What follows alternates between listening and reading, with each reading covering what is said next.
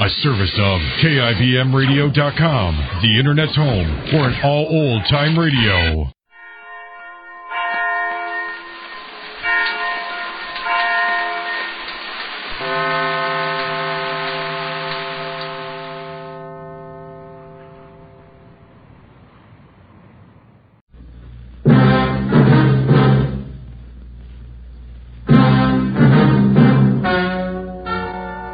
Ladies and gentlemen, the story you are about to hear is true. Only the names have been changed to protect the innocent. NBC brings you Dragnet.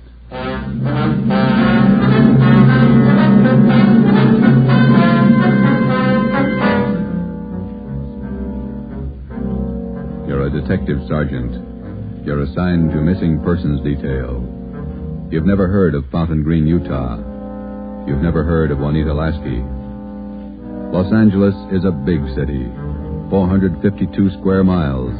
3,356,969 people. Your job, find her. Dragnet, the documented drama of an actual crime investigated and solved by the men who unrelentingly stand watch on the security of your home, your family, and your life.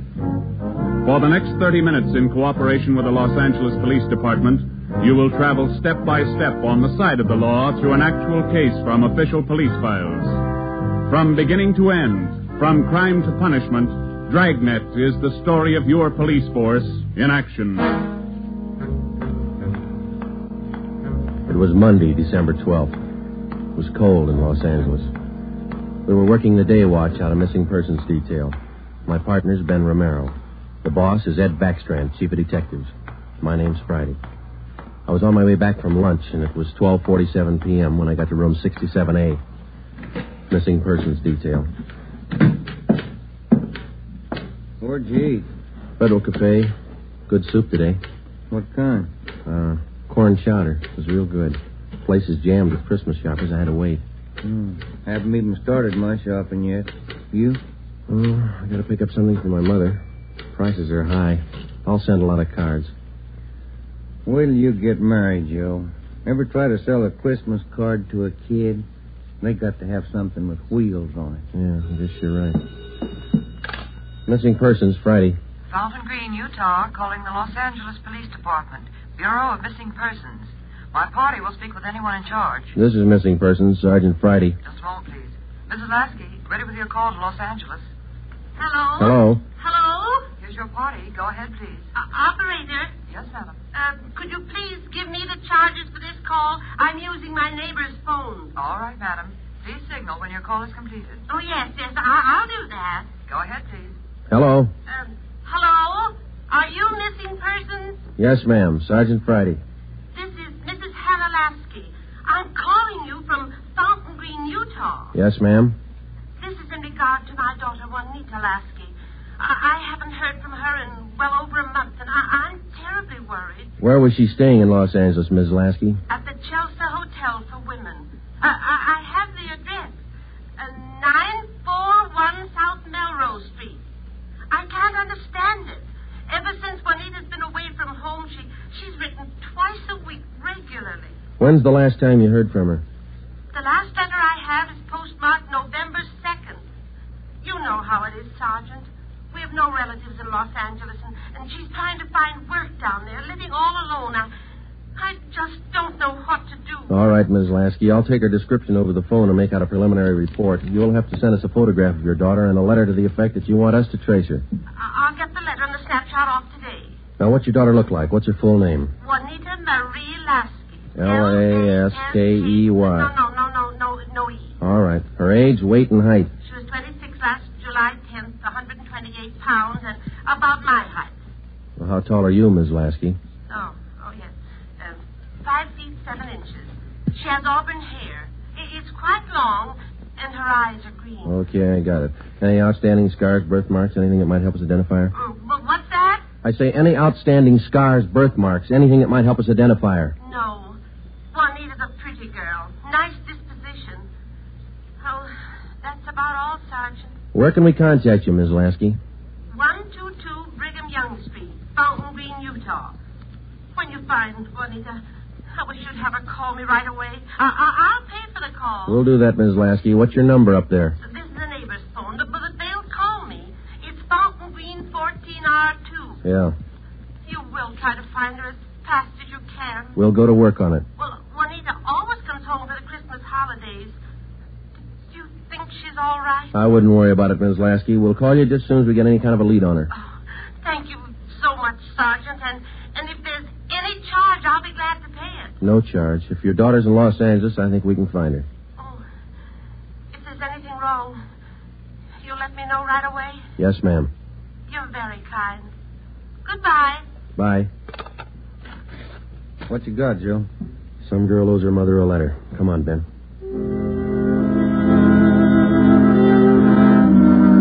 Just a routine call.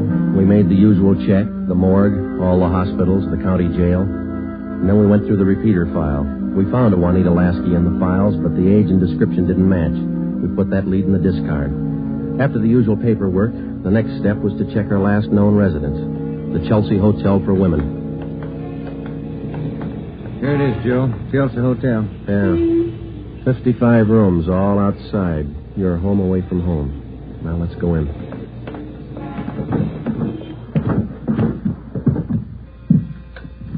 Chelsea Hotel. Thank you. Here's the bell. Yes, sir. May I help you? We're looking for a Miss Juanita Lasky. I'll ring her room. Whom shall I say is calling? Is she in? I believe so. I just saw her about an hour ago. Okay, would you ring her room, please? Yes, sir. And whom shall I say is calling? My name's Friday. All right, Mr. Friday. Just a moment. Do you wish to speak with her on the phone, or shall I have her come down? Ask her to come down if she doesn't mind. She doesn't seem to answer. That's funny. I'll ring again. No, sir, she doesn't seem to be in. Would you like to leave a message? Didn't you say you saw her about an hour ago? Yes, I did. She must have gone out again. I wonder if we could check her room. Oh, no. Gentlemen are not allowed above the main lobby. I'm sorry, ma'am. We're from the police department. Missing persons. I'm Sergeant Friday. This is Sergeant Romero. Oh. You men are from missing persons, did you say? Yes, ma'am. Well, I'm sure Juanita's just stepped out for a moment if you'd care to wait here in the lobby. We haven't got much time, ma'am. We'd appreciate it if you'd show us her room. Certainly. I'll get the pass key. That's 215. The elevator's right this way. Thank you. What seems to be the trouble? Some friend of Juanita's missing? No, ma'am. Juanita. Juanita? I don't understand. Her mother's a little worried about her. Down this way. Here we are.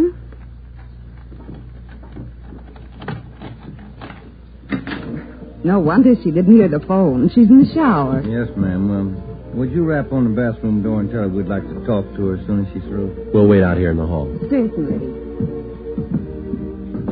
Juanita? Juanita, there are two gentlemen here to see you. Juanita? Juanita? I'm coming in. It's Miss Waters. Sergeant? Yeah? There's no one in the shower. Well, it's running, isn't it? Yes, and I see a robe and towel all laid out. We better take a look around. Turn off the shower, will you? Yeah. She must have left in a hurry. Say, here's a fresh change of clothing on the bed. Where's the closet, ma'am? This door? Yes, that's right. Closet's full of clothes. There's a couple of pieces of luggage in there. This isn't like Juanita. Funny, isn't it? You say you saw her about an hour ago. Yes, I did. Coming in or going out? Oh, coming in, I thought. You have room service here? Yes, we have a coffee shop downstairs. Uh-huh. The tray of food here on the table hasn't been touched. Coffee's still warm. Shut that radio off, will you, Ben? Yeah. Could she have gotten out of the building without you seeing her? No, we don't have a rear entrance. You sure you didn't see her go out the front door just before we got here? No, I did not. How about her mail? She been picking it up lately? I think so. We can check that down at the desk. Yeah, here's some letters. Postmarked Utah. Return address. Mrs. H. Lasky. Mother. Let me see that other one, Ben. This is one of your telephone message forms? Let me see. Yes, that's right. Says long-distance call operator 2, Fountain Green, Utah. According to this slip, this call was received at 1:25 today. May I see that, Certainly. Sergeant? There you are. Yes, that's Edna's writing. Mrs. Tollefson took that call. She relieves me for lunch. Well, do you know whether she returned this call? Well, if she did, there'll be a record down at the desk. Uh-huh. Now, you're positive that you saw Juanita Lasky an hour ago. Yes, I'm sure. Just about an hour ago. 5'7", 128 pounds, green eyes, red hair. Red hair? Oh, no. Juanita's a blonde. Her mother told us that Juanita Lasky had red hair. Now, we weren't too surprised. A lot of women change the color of their hair. It would make identification a little more difficult, but not impossible. We checked down at the desk. Juanita Lasky had picked up all her mail, but she had not answered that long-distance phone call to Fountain Green. The next step was to question some of the people in the Chelsea Hotel who knew Juanita. We tried room 217. Yeah, oh. Gloria, these men are police officers. They want to ask you some questions. Oh, yes. Is it all right for them to... Yes, of course. This is an exception. Won't you come in? Thank you. What's your name, miss? Gloria Edgerton. You know Juanita Lasky? Yes, I know her. She has the room right next door to me. Have you seen her today? No, I haven't. I've been out doing my Christmas shopping. Why? We were trying to locate her, Miss Edgerton. Wasn't she in her room? I thought I heard her shower going. Yes, you did, but she wasn't in there. When was the last time you saw her? Last night at dinner. We always eat dinner together. Did she say anything that might lead you to believe that she was going anywhere today? No, she said she might do some Christmas shopping today, so I suggested she go with me, and she agreed. She said she'd let me know this morning. Did she? No, she didn't. I just assumed that maybe she was sleeping in, so I went on alone. Are you sure she hasn't just stepped out? We don't know. If you're just going down to the corner, it's a little unusual to leave the shower running, the radio on, and let your lunch get cold. Did she do that? How long has Juanita had blonde hair? Well, ever since I've known her, about 6 months. We moved in here together. We work at the same place. Where's that, Miss Edgerton? At the Paget building. We're elevator operators. I see. Who's your immediate superior down there? Darlene Camp. She's chief starter. Mm-hmm. You got that, Ben? Mm-hmm. She have many dates? No, not too many. Juanita likes to go steady. Who was her steady boyfriend? Paul Matthews. He works in the Paget building, too. He's in the dental lab for Dr. Welty, 6th floor. Well, is there anything else that you'd like to add that might help us find her?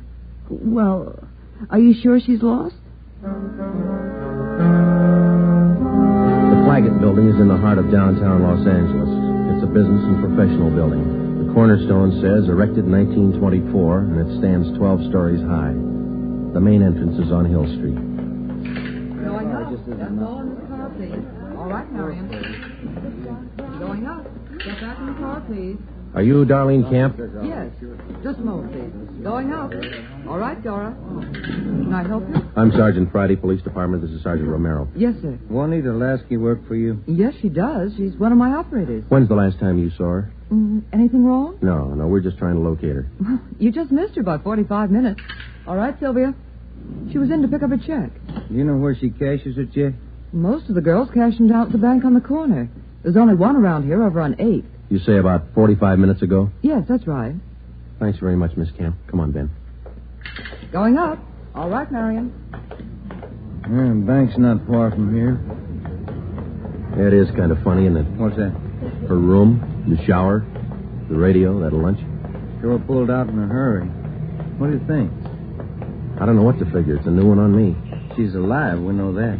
She was 45 minutes ago, anyway. Christmas is here. Santa Claus in his chimney. Yeah. No. I beg your pardon, sir. Yeah, that's all right. Merry Christmas. Same to you. Here we are, Joe. Guess we better check with the manager, huh? You the manager? I'm the assistant manager. Can I help you? Police department. Yes, sir. I'd like to find out if a check has been cashed here within the hour. Yes, sir. And what's the party's name? Lasky, Juanita, payroll check, Plaggett building. Yes, sir. I know Miss Lasky. If you'll step behind the counter, I'll get the check. Thank you. If you'll just wait right here. Okay, thanks. Wonder why she stopped writing to her mother. It's a good question. When we find her, we'll ask her. Wonder if anything was wrong where she worked. No, it didn't seem to be. We'll check back there when we finish here. Yeah.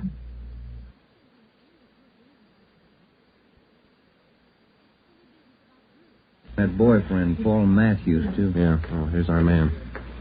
Yes, sir. Here's the canceled check. I okayed it. You sure it's the same girl? That blonde girl, elevator operator in the Claggett building. Was she alone?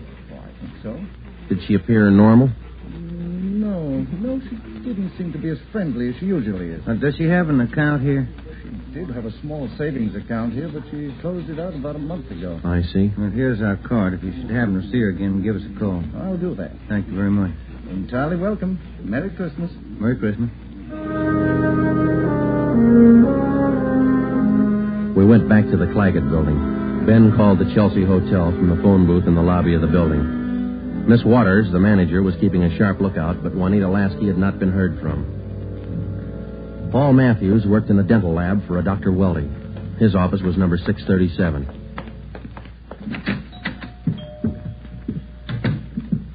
Yes, gentlemen, may I help you? We'd like to see Paul Matthews. I'm Paul Matthews. We're from Missing Persons Police Department. Sergeant Friday. I'm Sergeant Romero. Yes, sir. Do you know a Juanita Lasky? Yes, sir. When's the last time you saw her? Saturday night, we went to a show. Is there something wrong? We're trying to locate her.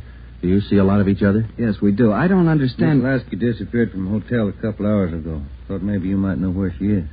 No, I don't. Today's a day off. Maybe she's out shopping. Has Juanita done anything wrong? No, it's just that her mother hasn't heard from her for quite some time. I can explain that.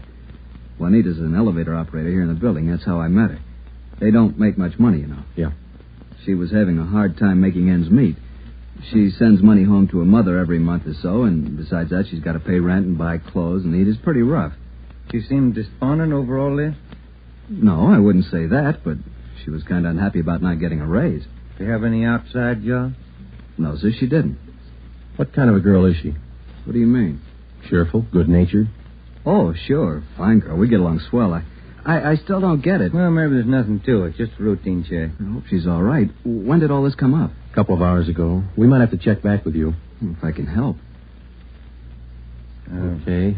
Thanks for the information. Here's our card. If you hear from her, well, give us a ring. You don't suppose anything's happened to her? That's what we're trying to find out. Goodbye, Mr. Matthews.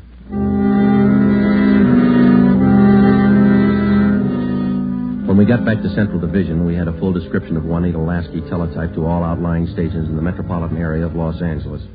We also put out an APB. We double-checked the repeater file and the wanderer file. We made out a full report on our findings to date.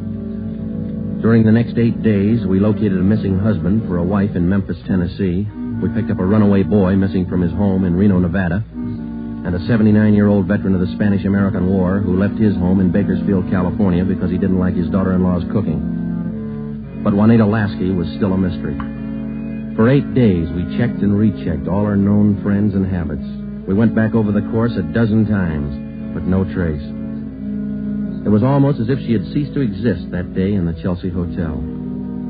The letter and photograph from her mother had arrived, and we circulated it to cities all over the country. Her mother wrote that during the war, Juanita was a whack corporal. We put a tracer through to the War Department. That way, we'd have another photo and a full set of fingerprints. Well, where do you want to start today? I'll get it. Missing persons, Friday. Joe, this is Spencer over in the morgue. Yeah, Archie. You still looking for that girl? What's her name? Ramona Lasky? Juanita, yeah. Just had one brought in. Looks like your girl to me. The city morgue is located in the basement of the Hall of Justice on West Temple Street, across the street from the City Hall. A lot of missing persons cases end right here. Archie Spencer met us at the door. Hi, Joe. How's the wife been? Oh, fine, Archie. Over here, Joe. Cooler 23. Give me a hand, huh? You bet.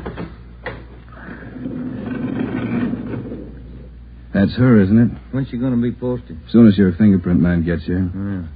That's Ramona Lasky, isn't it? Juanita. Juanita, I mean. No. No, that's not her, Archie. You sure? Yeah. Oh, I was almost positive. Sure looks like this picture in your bulletin. Yeah, she looks a lot like the picture, but it's not Juanita Lasky. 5'7", green eyes, blonde hair, about 130. How close can you get? And look at the face. You sure that's not her? Yeah, I'm sure. Look at her hair, the roots. Yeah. They're blonde all the way down. They ought to be dark. Our girl's a bleached blonde. Yeah, I see what you mean. Look at her right hand, index and middle fingers. Heavy nicotine stains. Our girl didn't smoke, Archie. Yeah, I see what you mean. Guess I was wrong. That's not Ramona. Juanita. Come on, Ben.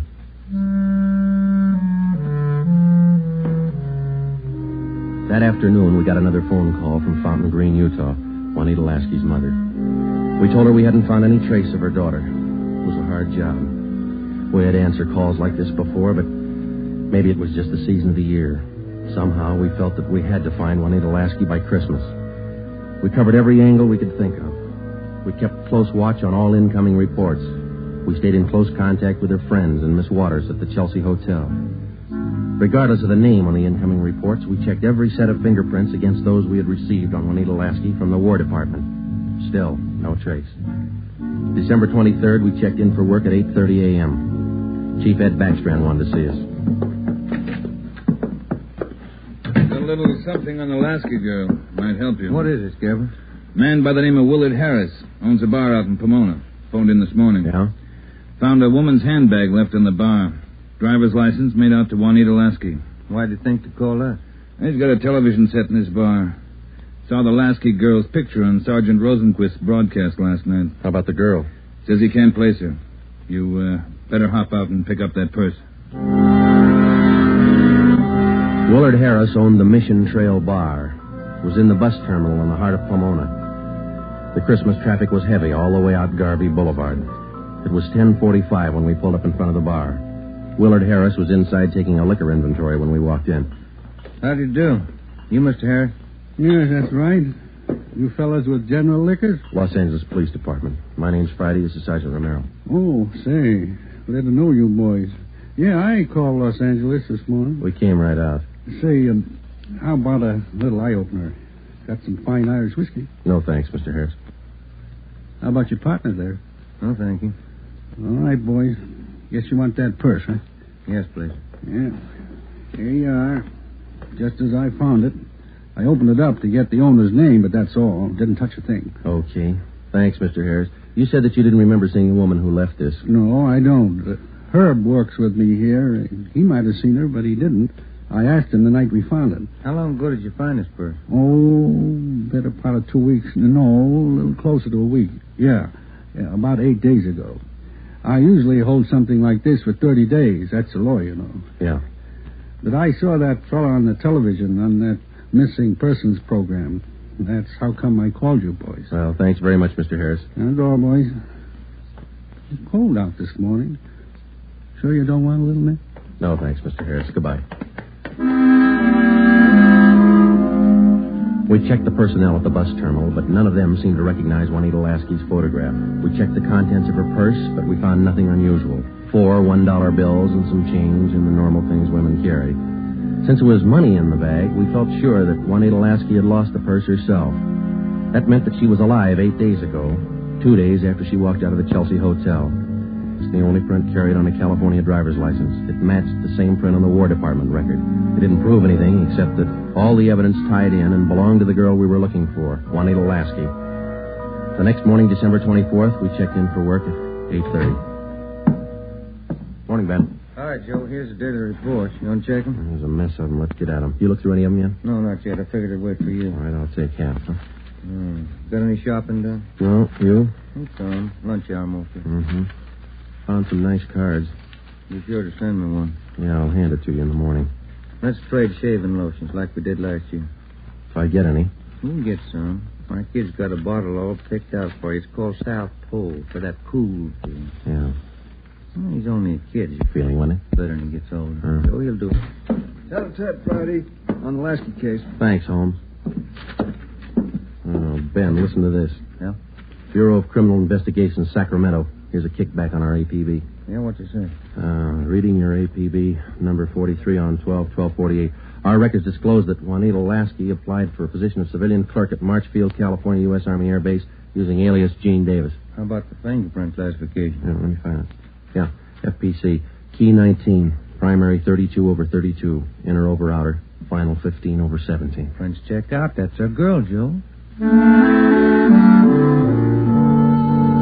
The Sacramento report stated that Jean Davis had applied for government work at Marchfield, California. Well, a couple of things dropped into place. Her purse had been found in Pomona. That's right on the main highway from Los Angeles to Riverside. And the application for a job at the Army Air Base a few miles beyond Riverside. We put through a long-distance phone call, and they told us that Jean Davis was employed there as a civilian clerk but failed to show up for work that morning. It seems like we run fresh out of luck every trip, doesn't it? Yeah, we get so close, and then she's gone again. What you think she's on the go for? If I could figure that, I could find her. I'll get her. Missing persons Friday. Yeah? We'll be right over. We didn't find her, but she's been found. Juanita Lasky just walked into the Chelsea Hotel. We went over to the Chelsea Hotel. Technically, our job was completed now. Juanita Lasky had been found. We went over to make out a routine report. The streets were pretty jammed with last-minute Christmas shoppers, so we walked the last block to the hotel.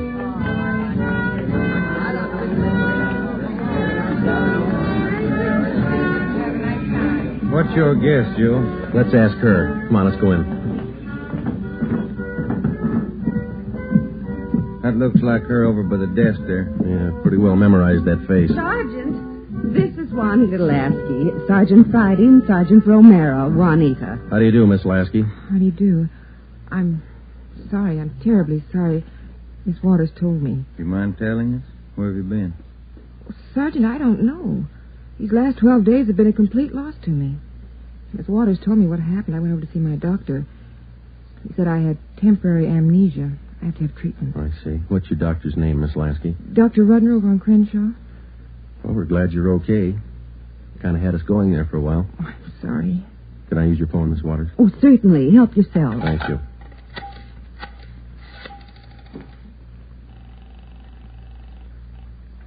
Long distance?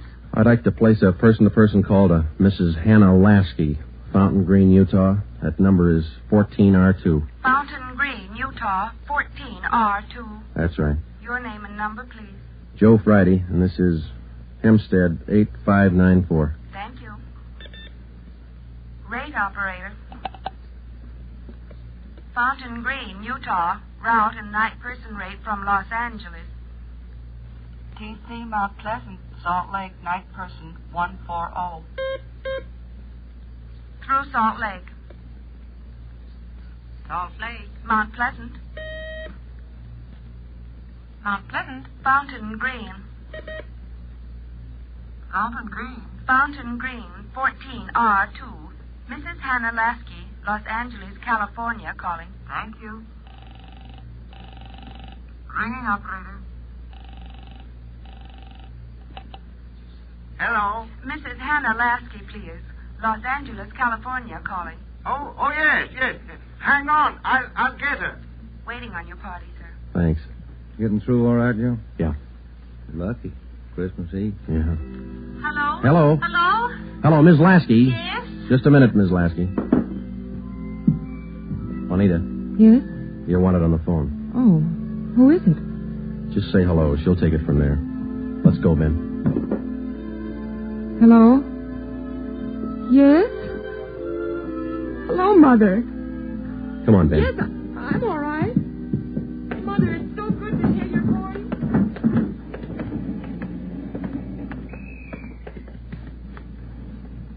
See you tomorrow, Joe. Merry Christmas. Yeah, it is, isn't it?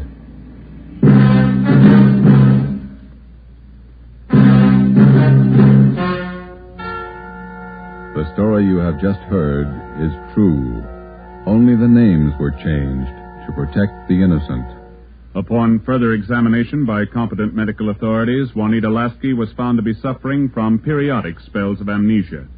She was given treatment, and a complete cure was effected.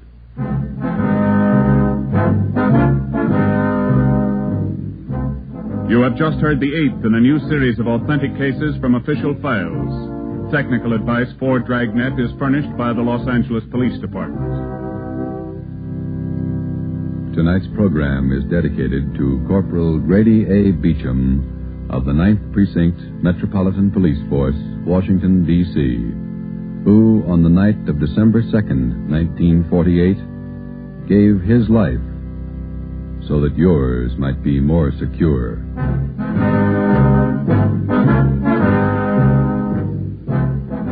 Dragnet came to you from Los Angeles. This is NBC, the national broadcasting company.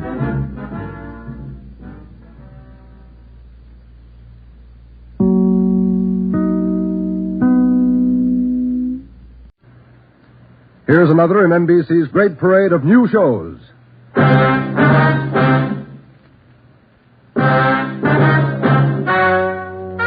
Ladies and gentlemen, the story you are about to hear is true. Only the names have been changed to protect the innocent. NBC brings you Dragnet.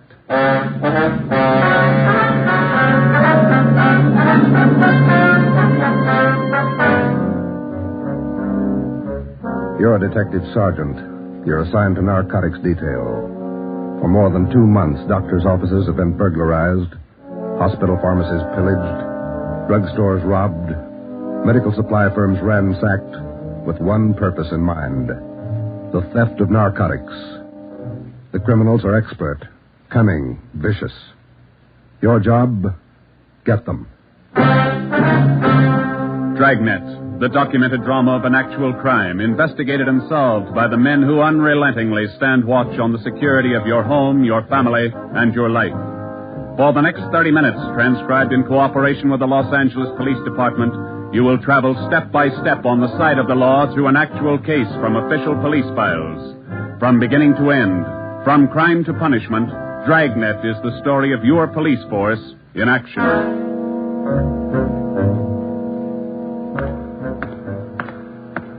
It was Thursday, March 23rd. It was windy in Los Angeles. We were working the night watch out of narcotics. My partner's Ben Romero. The boss is Ed Backstrand, chief of detectives. My name's Friday. I was on my way back from the record bureau, and it was 10:35 p.m. when I got to room 24. Narcotics detail. Yeah, okay. Well, we'll be right over. Thank you. Get anything, Joe? Nothing we don't know already. How about you? That was the county hospital on the phone. Doc Welch.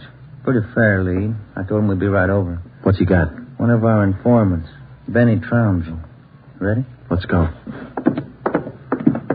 What's with Benny? Bad shape. Somebody worked him over. They found him in an alley off of South Main. Yeah? Doc says Trounsel talked before he passed out. Anything good? He claimed he knows who's running the new dope racket in town. Says they got him. No, let's take the stairs here, huh?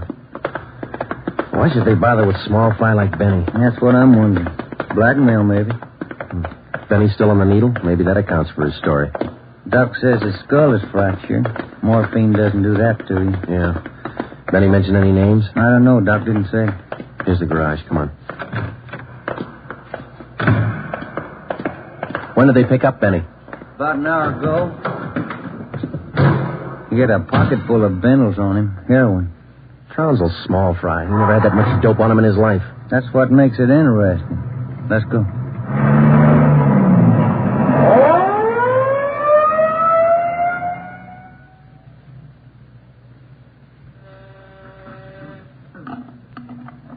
County Hospital? Yes, sir. The line is busy. Will you wait? Thank you. Can I help you, gentlemen? We'd like to see Dr. Welsh. She's expecting us.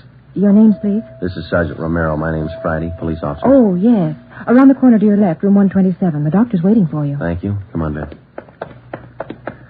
I hope Benny's still talking. We could sure use a lead. Yeah. Here it is. 127. Hiya, Ben. Joe? How are you, Doc? Anything new? Just left Trounsel upstairs. You think we can talk to him now? Won't do much good. He died about 6 minutes ago.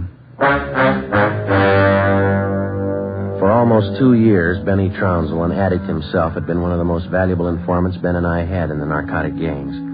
More than once, he had helped us solve a case, but this time, if Benny Trounsel had any direct leads to the nerve center of the newest narcotic ring, he took them with him. Besides his dying accusation that the ring had gotten to him, he left behind only 2 small scraps of information. First, when he arrived at the county hospital, Dr. Welsh reported that Trounsel repeatedly muttered the name Patterson.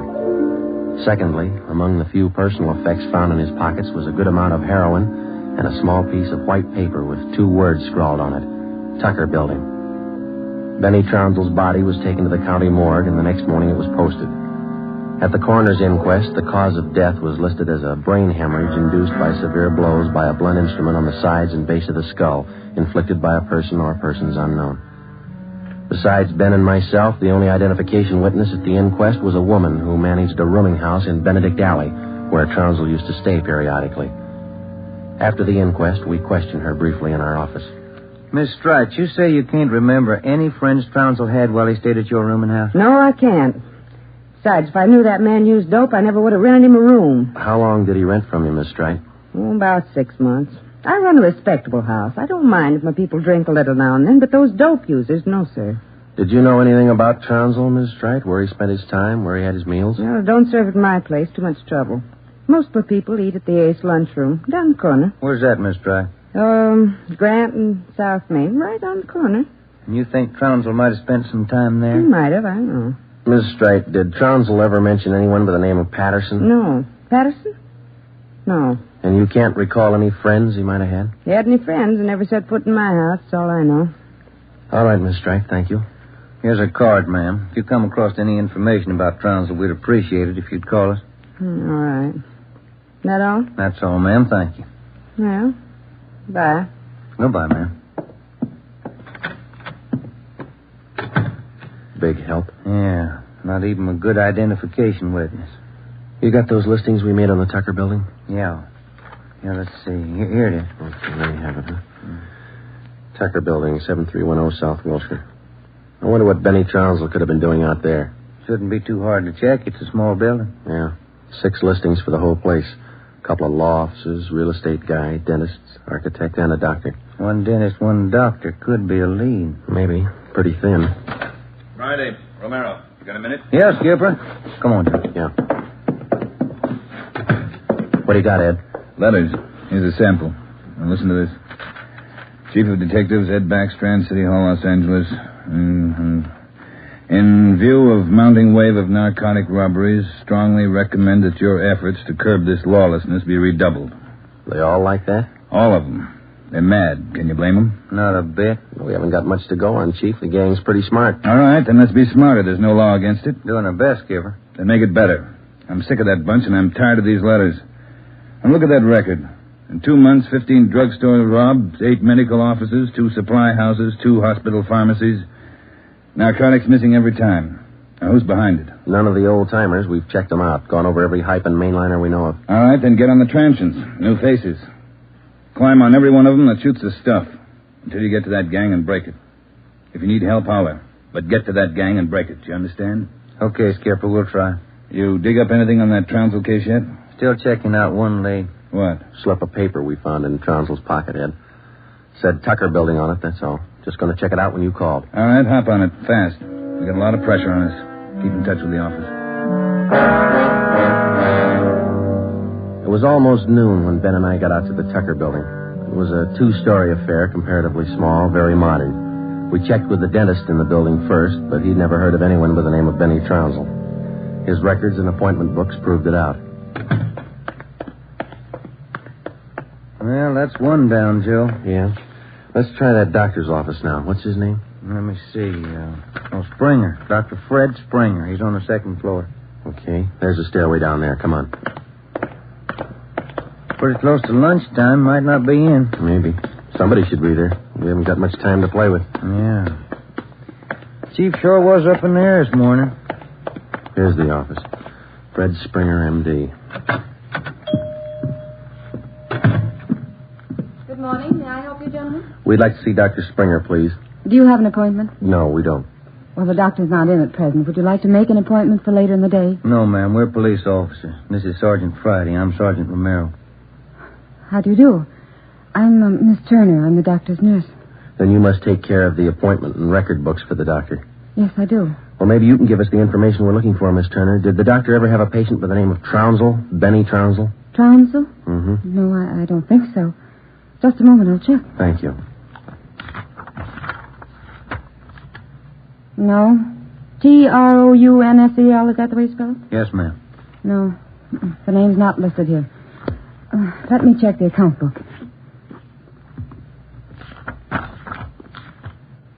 No. Wait. It's funny. What's that, Miss Turner? Here in the back of the book in the doctor's handwriting. Look. Trounsel, the black parrot. Certainly funny. I can't remember seeing that notation before. It must be fairly recent. Miss Turner, what kind of a clientele would you say Dr. Springer has? Oh, it's quite exclusive. Beverly Hills, Bel Air. That's where most of the bills are mailed. Can you recall seeing Trounsel in the office here, Miss Turner? Small man, thin, walked with a kind of a limp, not very well dressed? No, I don't think so. Doesn't sound like any of our patients. Would you show us the doctor's prescription lists for the last 2 months? We'd like to check them. Well, I'm afraid I can't. Dr. Springer keeps them in the safe. He's the only one who has the combination. How long you been with Dr. Springer? About 10 months. Ever since he started his practice out here. Where was he before that? Philadelphia. I don't understand all these questions. Is anything the matter? Just a routine check, Miss Turner. When do you expect the doctor back? About 4 this afternoon. He's out making home calls. All right. Here's our card. Would you ask him to call us as soon as he comes in? I'll do that. Thank you, Miss Turner. Bye. Goodbye. Bye. Oh, say, Miss Turner, there's one more question. Yes? Does Dr. Springer have a patient by the name of Patterson? Oh, yes. One of the doctor's first patients, John Patterson. He lives out on East Beverly Drive. When we left Dr. Springer's office, we called R&I. There was no make on John Patterson. Ben and I drove over to see him just on a hunch. It didn't pay off right then, but it showed a little promise. When the maid came to the door of the Swank apartment, she told us Patterson was out for the day. We asked her about Patterson's occupation. She didn't know.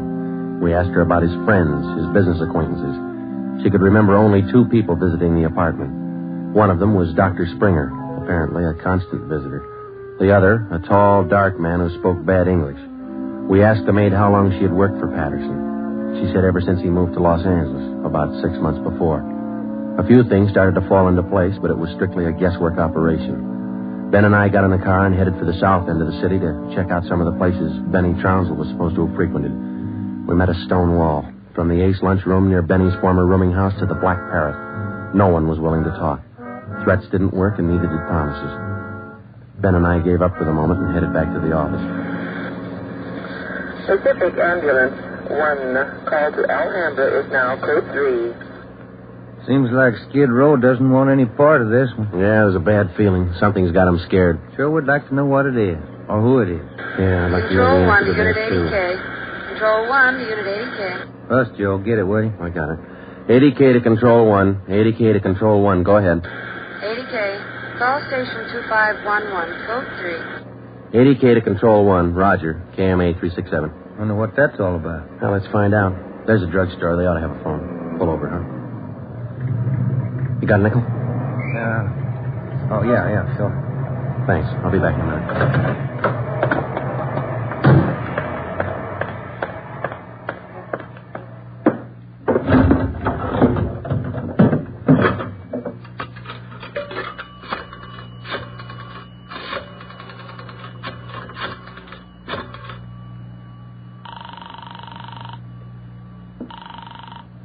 City Hall. 2511. Thank you. Chief of Detective's Office, Hannon. This Friday, Mike. The chief there? Oh, yeah. Just a minute. Backstream talking. This Friday, Ed. What do you got? You tied up? Nothing big. Then check in as soon as you can. Got something good. What? You remember the stick-up at St. Agnes Hospital about a month ago? Pharmacy there? What about it? 2 patrolmen picked up a user down near Union Station about an hour and a half ago. Yeah? Guy was way back on his heels. He had 2 vials of morphine on him. Vials had serial numbers. Good. Did they match out? Perfectly. Thanks, Ed. We'll be right in.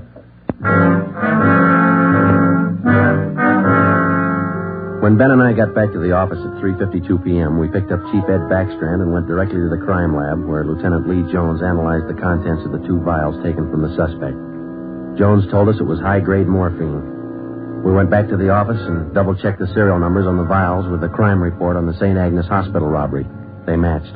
And there's a good break. These vials were in the loot when the gang knocked over the hospital 28 days ago. Now stay on the trail and we'll crack that gang wide open. This the arrest report on the guy, Ed? Yeah. Picked him up in a bar off South Main. Who is the guy? Trained you? Yeah, here it is, Ben. James Steiner, Phoenix, Arizona, age 37, transient laborer. Anybody talk this guy yet, Ed? Not yet. He shouldn't be too hard. You better get on it. Right, Skipper. Come on, Joe. Check you later, Ed. What time you got, Ben? Let me see.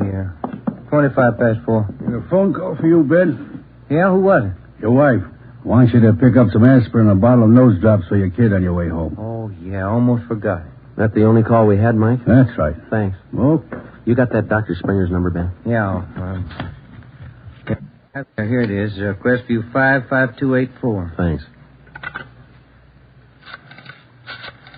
Nurse said he'd call us around 4, didn't he? Yeah.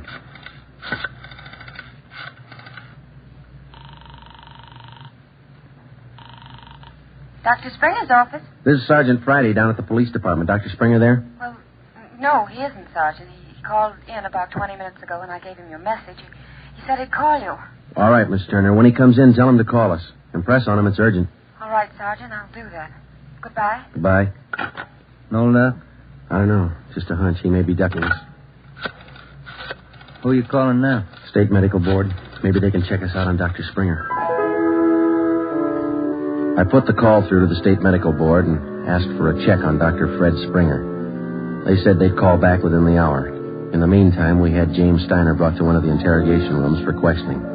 It was all talk. Oh, look, it's like I told the sergeant when they booked me. I don't know anything about this hospital job. Sit down, Steiner. Oh, all right, thanks. How long you been in the city, Steiner?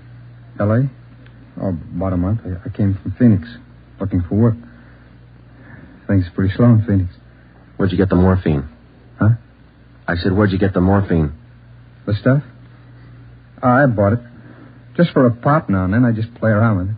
Just for kicks. Who'd you buy the vials from? Who? I don't know. A guy in a bar gave me a price. Which bar was that? Which bar? The Black Parrot. I'm not hooked. I just play around with it just for kicks. What did the guy look like, Steiner? What did he look like? I don't know. Tall, I guess. Would you remember him if you saw him again? Remember? Sure. I talked to him a couple of nights at the bar. Was he on the stuff? Was he a hype? Hype? Yeah, maybe. Tall fella, dark. You shooting the stuff? Shooting the stuff? No, I'm no mainliner. I never took in the veins in my life. I told you I'd do it just for kicks, just a pop now and then. Take off your shirt. Let's see your arms. Huh? My arms? Come on, take it off. Well, who are you kidding, Steiner? Your arm looks like a pincushion. I told you just once in a while, just for the kicks. I'm not hooked on it. They found 2 vials of stolen morphine on you, Steiner. You can go 2 ways, hard or easy. Hard or easy? I told you I ain't done nothing. I bought the stuff. I use a cap or a bindle once in a while for kicks, but I'm not hooked. I bought the stuff, I tell you. Who was he, Steiner? Who sold it to you? Who? I told you I met him in a bar, the Black Parrot. Who was he? He was tall. Dark. He gave me a good price. Come on, let's have it, Steiner. His name. I'm feeling sick. You got something for me? I'm sick. All right. Mike. Yeah, Joe. Get some milk. A couple of quarts right away. Okay. You ready to tell us, Steiner? Who was he? I'm sick. I'm sick. We're getting some milk for you now. Come on, you better talk. Max. That's all he said. Name was Max. He gave me a good price. I only take a pop now and then just for kicks. You think you could point him out for us? Yeah.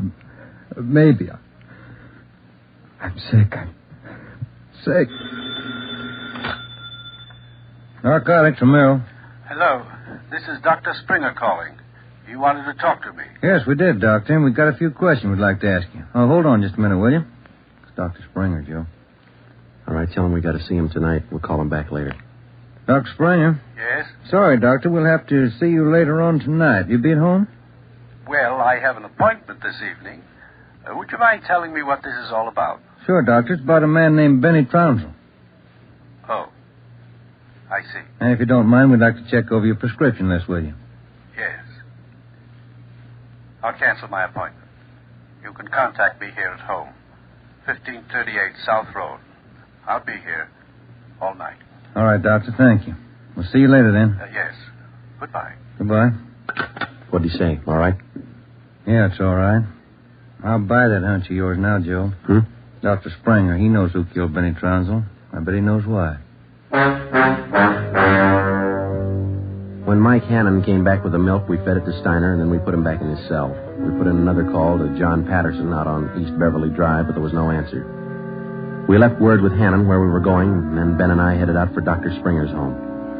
It was 7:35 when we pulled up into the driveway at 1538 South Road, a low, rambling ranch-type home. We got out of the car and made our way down the path to the front door. A gray Persian cat followed us. The door was half open. We knocked, but there was no answer. Through the window, we could see the living room was dimly lighted. We went in. We found Dr. Springer sitting in a large carved mahogany chair in the dining room. The room was hung with draperies. He was slumped forward, face down on the dining table. There was a bullet hole in his right temple. On the floor near his right hand was a .32 automatic pistol. In the center of the dining table was a piece of white paper. Looks like he beat us. Yeah. Any names on that confession? One says he killed Trounsel. No, wait a minute. It says, John Patterson. He forced me to this. What? I don't know. What's it look like to you? Here's another one. Norberg. That's all it says. And then he signed his name, Dr. Fred Springer. Ben, come over here. Look at these. Hypodermic needle. It works. This morphine? White powder. Could be. Then he was on it himself. Looks like it. We'll find out when they post him. I'll get it. Yeah. Sergeant Friday there, please. This is Joe, Mike. What do you got? Can you talk all right there? Yeah, go ahead. Just got a kickback on your call to the state medical board on this Dr. Fred Springer. Mm-hmm. He's not a registered physician in the state of California. Besides that, his license was revoked in Pennsylvania 2 years ago. Illegal operations. That explains it. Notify homicide. Get the crime lab in the corner out here, will you? Looks like Springer shot himself. Okay, Joe, right away. We'll wait for him, but hurry him up, Mike. We got a couple more places to check out tonight. Okay, Joe. See you later. Right. What's next? Patterson place? I don't know. Maybe we ought to try Steiner first. Sounds good to me. Feels like we're getting close. Yeah, Ben. Real close.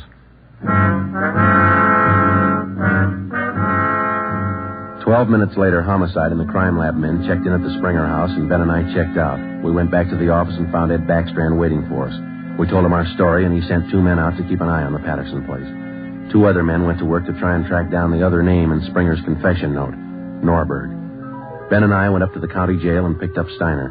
The 3 of us started out to look for the man who sold Steiner the 2 vials of morphine stolen from a hospital pharmacy a month before. The man's name was Max. He was tall and dark. That was all we knew. The rest of it was up to Steiner.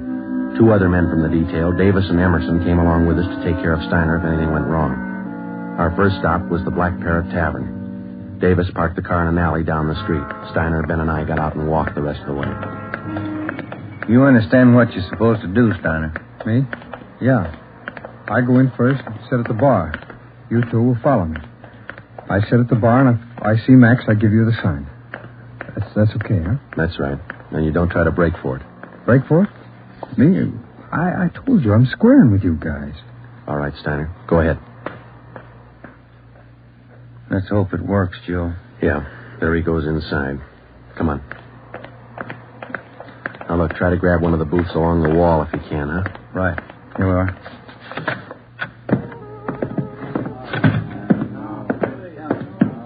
The first booth, Ben, it's empty. Yeah. Fellas left to order at the bar. Waitress got a night off. Make it a couple of beers, will you? Couple of beers? Okay. Joe. So look at Steiner. Yeah, he's signaling. Must mean the guy putting on his coat over there. No, hold it, Ben. Wait till he gets past us.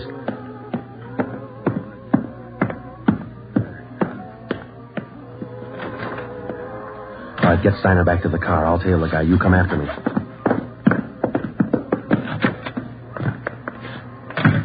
I didn't know how right Steiner was or how much we could trust him.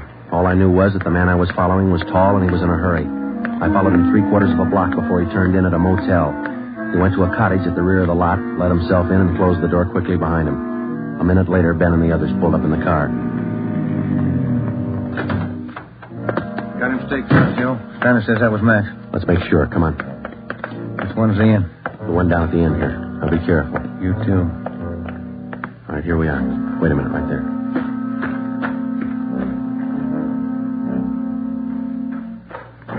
no rear door. He's got to come out the front. Keep the door clear. You ready? All set. Cover me.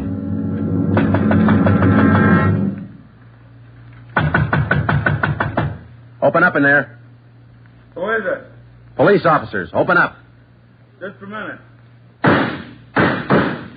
All right, Ben, give it back to him. Don't shoot. We'll come out. All right, throw your guns out first, then come out with your hands behind your head and make it fast. Watch it, Ben. He's making a break. All right, mister. That's far enough. Get out of my way. Get out of Get him, Ben. That's good, Ben. You all right? Yeah. He didn't mean it, Copper. He didn't mean it. He didn't know what he was doing. Well, that must be a good excuse, lady. A lot of people use it. Come on, Ben. Let's take him in.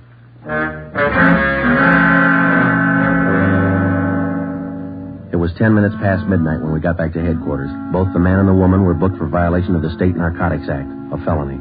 He gave his name as Max Jansen. In his luggage, we found 13 vials of morphine, large quantities of heroin, and a small amount of Panopin. He gave us the names and addresses of 6 active members of the narcotics gang. He identified Dr. Springer as second in command. Just a few more questions, Jansen. Yeah, all right.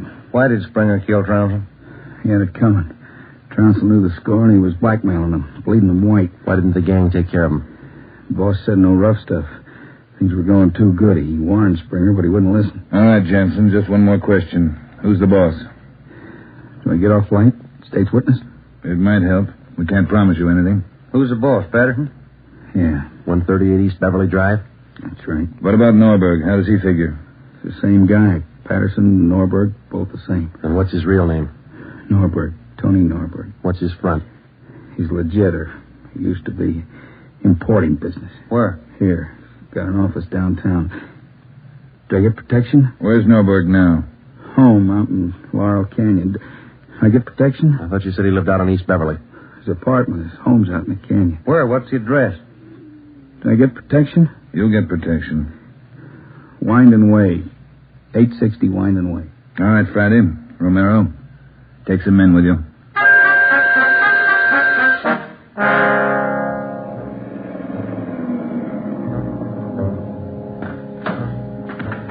All right, Davis, cover the back of the house. Levine, you cover the front. Come on, Ben.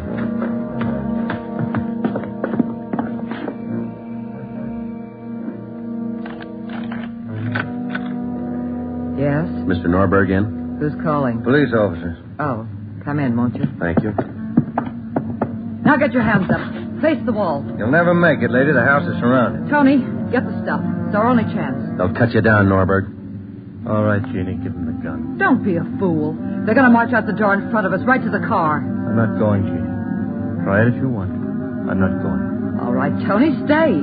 Come on, coppers. You'll never make it, lady. I said move. Fast. All right, Ben, hit the dirt. She's going for the car. See if you can get those tires.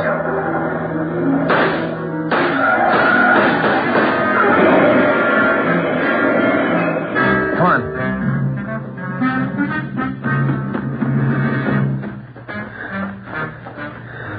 Dan? Yeah. Norberg was smart. Must be the girlfriend. Guess so. Wonder why they start. Why did they get on the stuff, Joe? For kicks, Ben. None of them ever get hooked. Just for kicks. The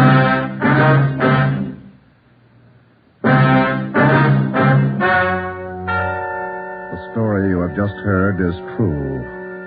Only the names were changed to protect the innocent. Tony Norberg, alias John Patterson, was tried and convicted for possession of narcotics, robbery, and conspiracy, and was sentenced to the maximum term prescribed by law, each count to run consecutively. He died 3 years and 11 days after his arrival at the state penitentiary.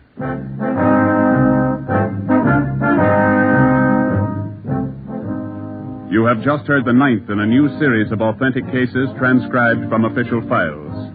Technical advice for Dragnet is furnished by the Los Angeles Police Department. Tonight's program is dedicated to Chief Erskine Fish of the North Sacramento Police Department, who on the night of August 11th, 1935, gave his life so that yours might be more secure.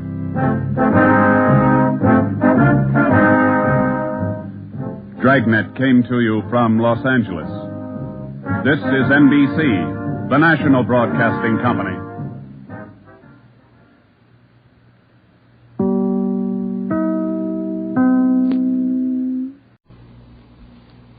Here's another in NBC's great parade of new shows.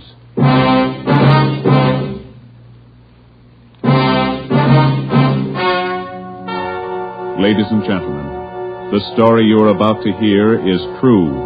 Only the names have been changed to protect the innocent. NBC brings you Dragnet.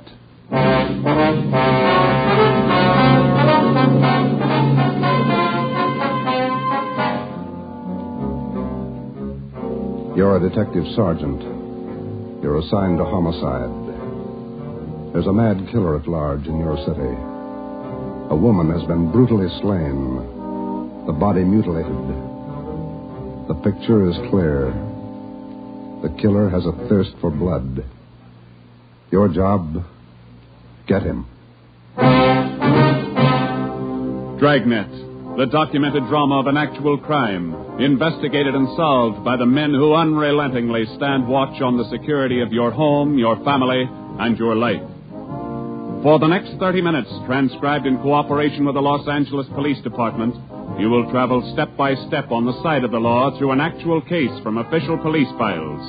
From beginning to end, from crime to punishment, Dragnet is the story of your police force in action.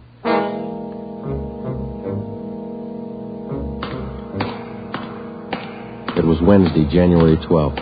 It was raining in Los Angeles. We were working the night watch out of homicide. My partner's Ben Romero. The boss is Ed Backstrand, chief of detectives. My name's Friday. I was on the way back from the morgue, and it was 11:23 p.m. when I got to room 42. Homicide. Hi, Joe. Chief wants to see you. He's in there with Romero. Thanks, Chandler. How's the wife? Fine. How about your mother? Better, thanks. Hi, Joe. Hi. Johnny, sit down. Did they post the body yet? In the morning. Pretty messy. Strangled and mutilated. The guy's a maniac, Skipper. The body shows it. A murder like this, anybody's a suspect. The coroner looked at the body. He says the weapon was a long, sharp instrument. Found her in a hotel down on East 3rd Street. Manager's son discovered her about 7:30. You talked to him? It was too much for him. He passed out. Manager wasn't home. We'll check with him before midnight. Close to it now, Joe. We better get going. All right. The boys from the crime lab check the room? They're still down there, Ed. The place is a mess.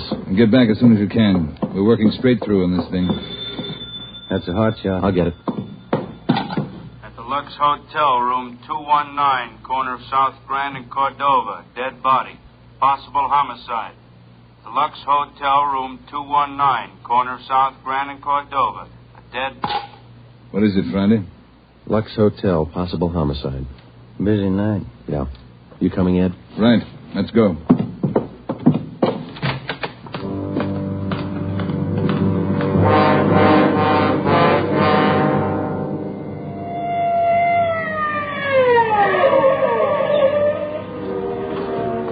Six minutes later, Ed Backstrand, Ben, and I pulled up in front of the Lux Hotel.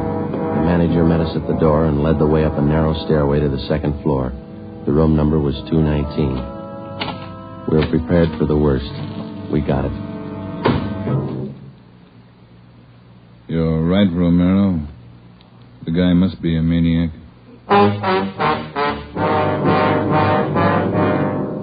Two hotels, two murders. The same M.O. Three of us made a brief inspection of the room at the Lux Hotel. We took a few notes on the appearance of the girl's body and a brief description. Apparently, she'd been strangled to death first, and then her body brutally mangled.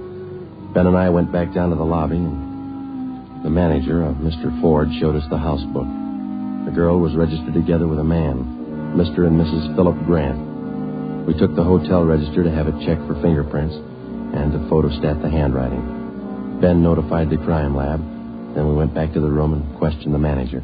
Mr. and Mrs. Philip Grant, that's all I know. I never saw either one of them before tonight. When did they check in, Mr. Ford? About 3 hours ago. That's right, about 9. Maybe a little before. Did they register together? Yeah, a little before 9. They came in together. Did you let them in the room? Yes, sir, like I always do. It's a small place here, maybe not first class, but I treat people right. What did the man look like? Do you remember? I think so. Kind of tall. Young, maybe 30 or so. Husky fella. Had a mustache. How tall would you say, Mr. Ford? Oh, about your height, Wade. Must have been at least 180. Seemed like a nice fella. Would you know him if you saw him again? I think so. People sure don't act like they look. You think it was him? Can you think of anybody else? Well, no. I never saw him before tonight, either one of them. I don't know anything about it. Did you notice anything in particular about them when they came in? Well, he didn't show it, but it looked like she'd been drinking a little. Giggling, you know. And you didn't see this man Grant leave the hotel? No, I didn't. I must have been checking the account books back of the desk. Guess he got by me. Is there a back entrance to the hotel, Mr. Ford? No, he had to come out this way, all right. How about the fire escape? I never thought of that. Say, I bet you cops think I'm trying to hide something. How did you happen to find the body? I don't know anything about it, honest.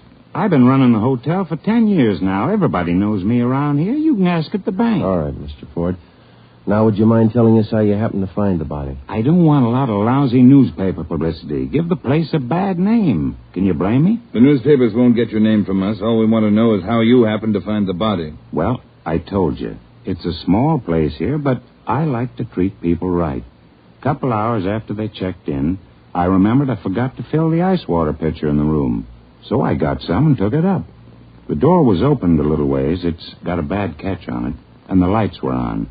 I peeked in, and there she was. She was...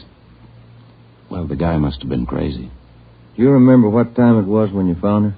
Well, just before I called the cops, about 11:30, I guess. All right, Ford, that's all for now. When the other officers get here, show them up, will you? Yes, sir, I sure will. Romero? Yes, Skipper? Get on the phone downstairs and call the Metropolitan Division. Have them send us every available man from the reserve unit. We're going to patrol the area for the rest of the night. Right, Chief. Least we can do is make it hard for him.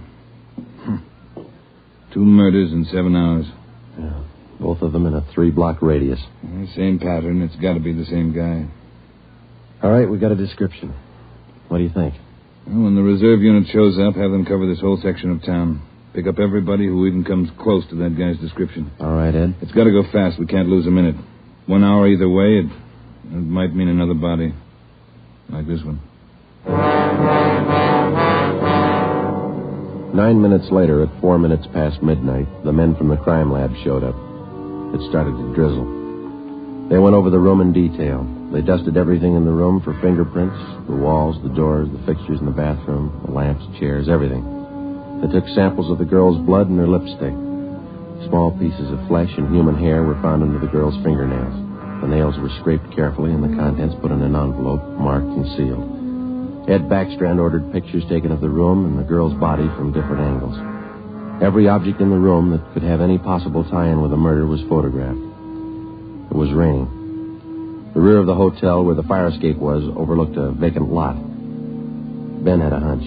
While the lab men were at work, we left the hotel and circled around into the lot for a look at the ground directly underneath the fire escape ladder. It was raining hard now. Must be an easier way to make a living. Mud's almost up to my knee. Mine, too. Watch your step. You see any prints? No. Wait till my wife sees these new shoes. Put it on your expense account. Oh, real funny. Ben, get that light over here. Look. Yeah. Good set of prints. Lucky that rain didn't start turning to wash them out by now. Yeah. Hand me that cover from the trash can over there. I'll cover them. Wait a minute. What? Here, on the edge of the fire escape ladder. Small hunk of cloth. Man's suit? Well, looks like it. Might have caught himself in that sharp corner. I got it. All right, come on, let's get back. Yeah, out of this mud bath. Joe, Huh? let me have a light. You catch anything? Hunk of wrapping paper in that trash can. Stains on it. Open it up. Look. Yeah, a butcher knife. We went back to the Lux Hotel, room 219. The lab men were tearing the room apart. It was 10 minutes to 1. We gave the blood-stained knife and the piece of cloth we found on the fire escape to Lieutenant Lee Jones, head of the crime lab. We told him about the footprints just below the fire escape ladder. The knife will help us sew the cloth. I don't know about the footprints. You say you covered them? That's right, Lee. They still look in pretty good shape. Maybe we can do something if the rain hasn't broken them down too bad. Bracken. Yeah, Lieutenant? You and Sloan get downstairs and take a look at those prints.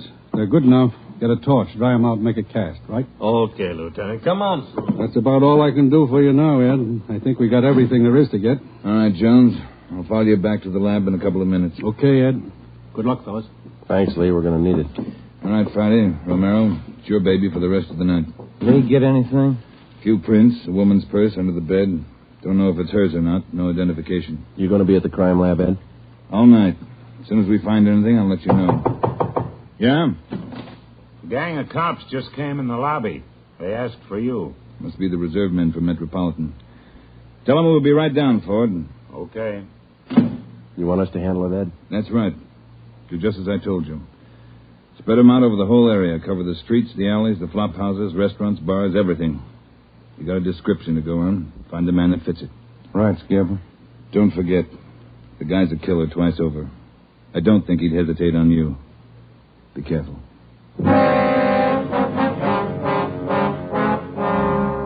We went down to the lobby, and Ed Backstrand gave the reserve men their orders. Then Backstrand left, and Ben and I took over. We picked up another half-dozen men in addition to the men in the reserve unit. They were deployed over an area of a dozen square blocks. It was one of the toughest sections of the city. With a general description of the suspect, some of them were to travel on foot, some in cruiser cars. A few minutes before 1 a.m., there was a steady downpour. Visibility was bad. At 3 minutes past 1, the manhunt was on. For the first 30 minutes, Ben and I cruised the general area between East 3rd and College Streets and Alameda and Figueroa. No sign. The rain kept on. We sat and listened to the calls come in. 12A, call your station. 12A, KMA 367. Attention, all units. Recovered license plate in the 6th column. 4 Young, 7690. 41R, 788 Standard Avenue, or 373. 41R, KMA 367. Unit 71 at 2816 West La Cienega, a 507 party. What do you think, Joe? Any hunches? I think he's still around, somewhere inside these 12 blocks. I'd bet on it. 5? All right, you're on. Want to check out a couple of these bars along here? Getting on to closing time. It's a good idea. Pull over, huh? All right, let's check him for the next couple of blocks, huh? Right. For the next 6 blocks until closing time, Ben and I checked every bar and every informant we met along the way. The questions got to be automatic. Have you seen a man answering this description? Tall, dark, about 5 feet 11, 180 pounds, well-built, mustache, about 30 years old. The answer's got to be automatic, too. Sorry, officer, I haven't seen him. No, can't remember him. Try the place down the street. We kept on checking the bars until they closed for the night. Then we started on the all-night restaurants and coffee counters. We did plenty of legwork for the next hour. Not a trace. About 2:30, the rain let up a little, and then it started in heavy all over again.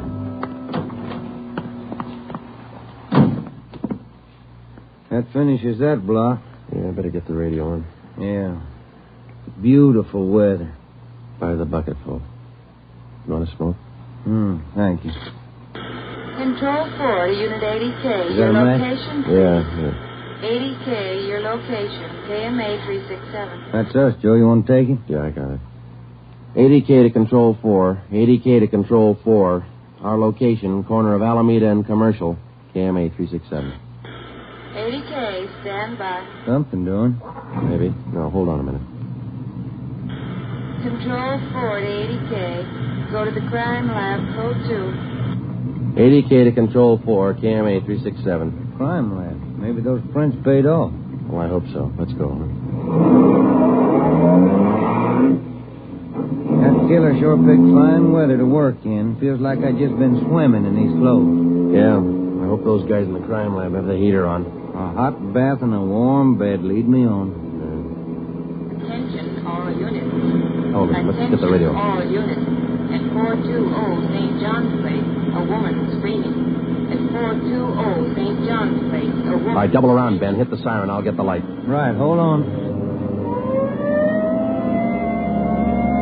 Left turn on the market, is that right? Yeah, watch out for those car tracks. They're wet. Hold on again. The alley up ahead to your right, huh? All right, pull up, Ben. Street light over there. There you are. All right, come on. Let's go.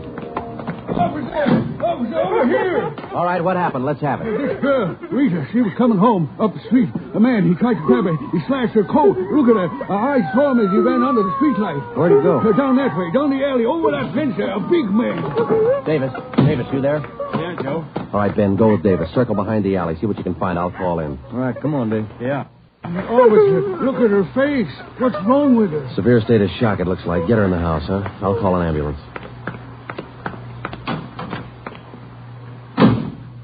ADK to Control 4. ADK to Control 4. Control 4, go ahead. Direct all units in the vicinity to converge on area around St. John's Place from Jackson to Banning Street. A woman attacked by large man with knife. Suspect left seen on foot. Possibly still in area. Request ambulance. KMA 367. ADK, Roger, stand by. Attention, all units. Attention, all units. Converge on area around St. John's Place, Jackson to Banning Street. ADK reports woman attacked by large man with knife. Suspect left seen on foot. In 3 minutes, the area around St. John's Place was surrounded. For the next hour, the men combed the neighborhood back and forth. Every building, every storehouse in the 2 square blocks was searched from basement to attic. No trace. The girl, Rita, was hysterical. She could give us only a bare description of her attacker. At 3:45 a.m., a detail was assigned to patrol the area and the rest of the cars, and men were deployed again in the general area from Figueroa to Alameda Street and East 3rd to College Street. The manhunt went on. So did the rain. At 3:54, Ben and I checked in at the Old City Jail building, 2nd floor, the crime lab. Chief Ed Backstrand and Lee Jones were waiting for us. Heard about the call. How'd he get away? Not sure it was him, Skipper. How do you mean? Well, the girl wasn't hurt bad for one thing. No attempted strangling. For another thing, the guy stole her purse. That doesn't sound like the man we're after. Did you get a description from the girl? Didn't jibe too well, what she gave us. She was pretty hysterical. And you raked the neighborhood good? Every corner. Not a sign. Do you find anything? Yeah. Jones? Yeah, Ed. Fill them in, will you? Not one print on that knife you found, boys. Blood, but not a print. Your killer's crazy like a fox. How about the scrapings from the girl's fingernails, Lee? Didn't help too much. Rarely do. Not enough to go on. Gotta have a fair-sized bit of flesh to run it for papal ridges. All we found under the girl's fingernails were small bits of skin. Yeah? She probably scratched the guy up some. Might have drawn blood. We had more luck with the footprints. You get an impression? Dried out the ground with torches and cast them. About size 10B. That's fine, Lee. But how about the prints? Only good one was a thumb. Real good. Got it off the wall near the light switch in the bathroom. Did you classify it yet? Yep. Found it in our single fingerprint file. The print belongs to a man by the name of Long. Robert Long. You got a record, Ed? Yeah. Misdemeanor. 2 arrests for drunkenness last October. Petty theft in December.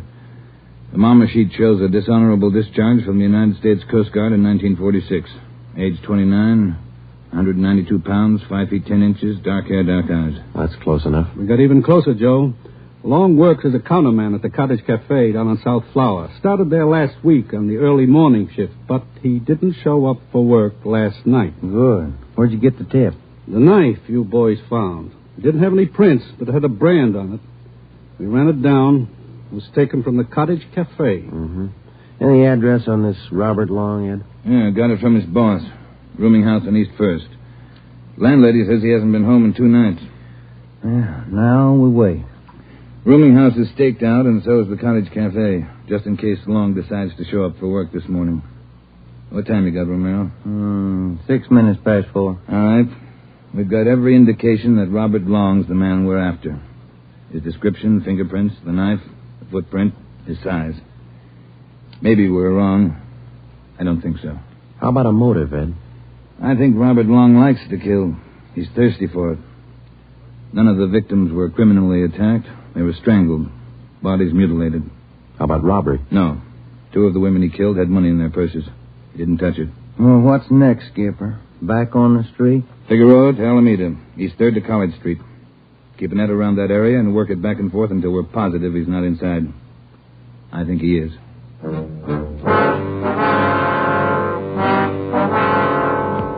At 10 minutes past 4 a.m., Ed Backstrand, Ben, and I left the crime lab and drove to the surrounded area. It was still raining. We passed several patrolmen from the reserve unit making the rounds. They didn't look any more comfortable than we felt. At Broadway and Alpine Street, Ben and I got out and started patrolling on foot again. Backstrand followed in the car to maintain a radio check. We must have covered 24 blocks and a half a dozen coffee counters before we got to the Criterion Restaurant and Donut Shop, a few blocks up the street from the Cottage Cafe. Hey, Skipper, you want to take a minute for some hot coffee? I'll keep an ear on the radio. You two go ahead. You look drenched. We are. Can we bring you some back in a paper carton? Fine, thanks. Cream. No sugar. All right, Ed. Come on, Ben.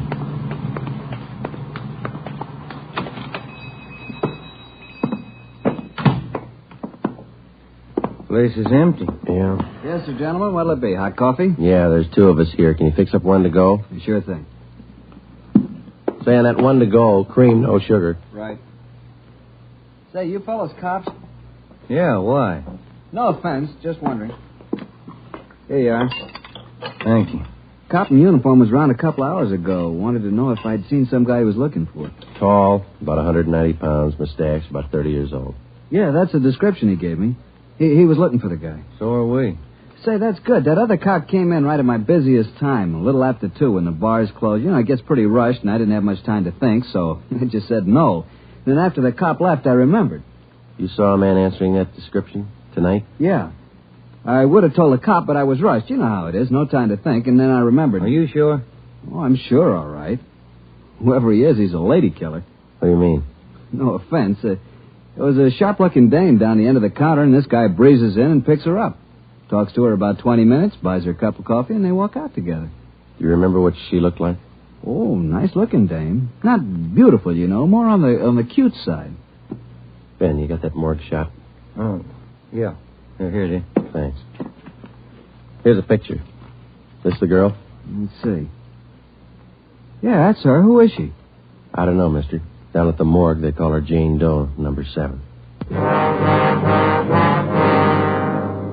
Just by accident, we'd come across a concrete lead on the killer's method of operation. The picture we showed the man in the donut shop was a shot of the strangler's first victim the night before.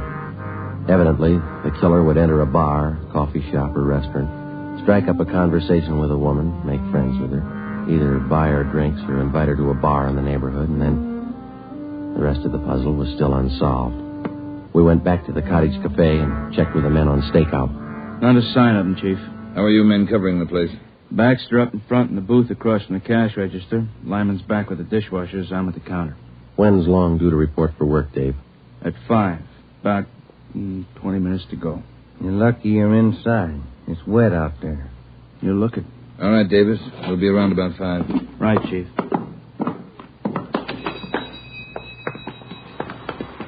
Let's get back in the car.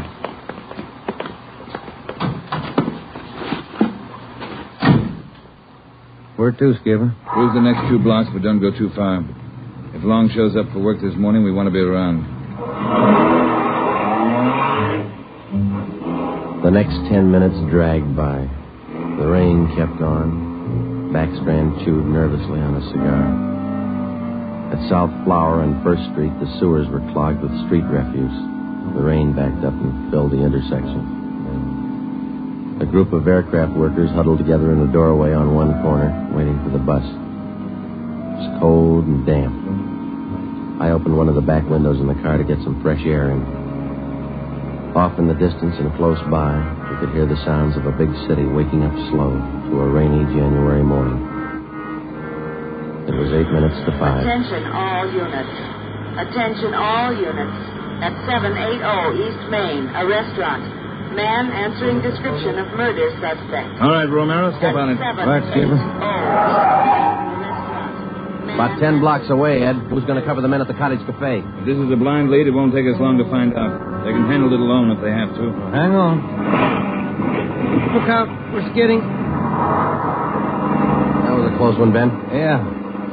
If this is the guy, I owe you $5, right? Yeah. Attention all units. Additional information on your call to 780 East Main. Officers in pursuit of suspect. Suspect is on foot. Step on it, Romero. Two more blocks, Skipper. Watch it, Ben. Next one to the left. Got it. That's the joint up ahead there. All right, watch your step and don't take chances. Don't play with him. Right. Here we go.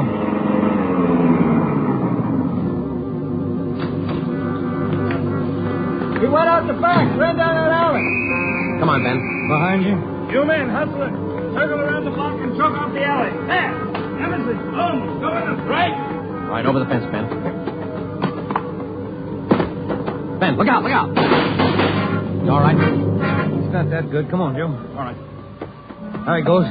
Between the buildings. Stop or I'll shoot. The next house. He ducked into the basement. All right, cover me. Right.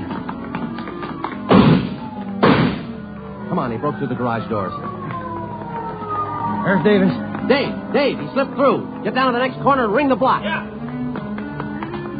Ben, did you follow him? Yeah, right on his tail. That warehouse, a couple of lots over. He went through the back. There it is, Joe. All right, don't go in blind. Watch out. All right, you haven't got a chance. Come out with your hands up. He's not stopping, Joe. All right, let's fan out. All right, Ben, cover me. I'm going for the door.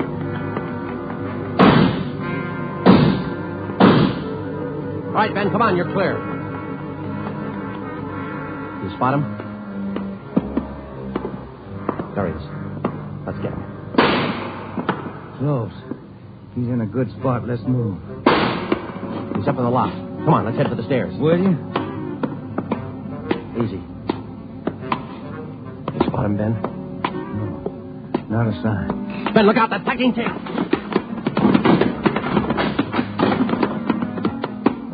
Kind of close, huh, Joe? Yeah. Let's get that punk now. Yeah, Joe, there's another one. All right, you. We got the warehouse surrounded. Come on down. All right, then we'll blast you out. Joe, he's dropping down the ladder. He's going for the front door. They're waiting for you with Tommy guns out there. They'll cut you down. Stop. Joe, he's got the door open. He's making a break for it. It's crazy. He's trying to shoot his way out.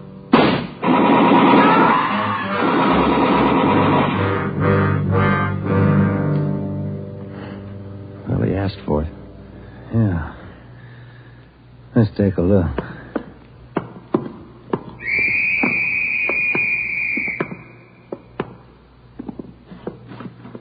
Messed up. Well, like his girlfriends. Yeah. Maybe he just didn't like women. Maybe. Hi, Ed. You all right? Tired. This is him, huh? Even the scratches that girl made on his face. Description match? 5'10", 192 pounds, dark hair, dark eyes, age 29. Robert Long, killer.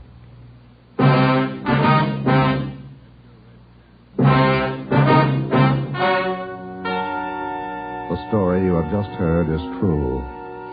Only the names were changed to protect the innocent.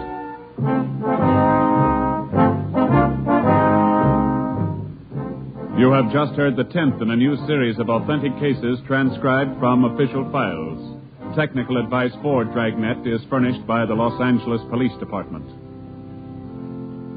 Tonight's program is dedicated to Detective Louis A. Abbott of the Chicago Police Department, who on the afternoon of March 3rd, 1947, gave his life so that yours might be more secure.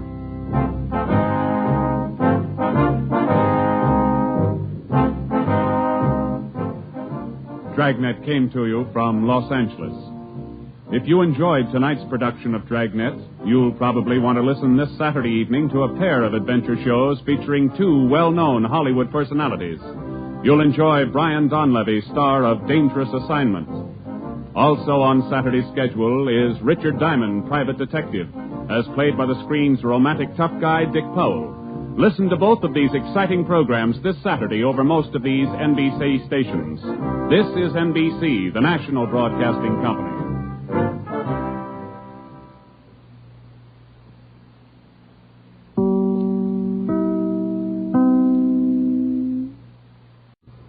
here is another in NBC's great parade of new shows.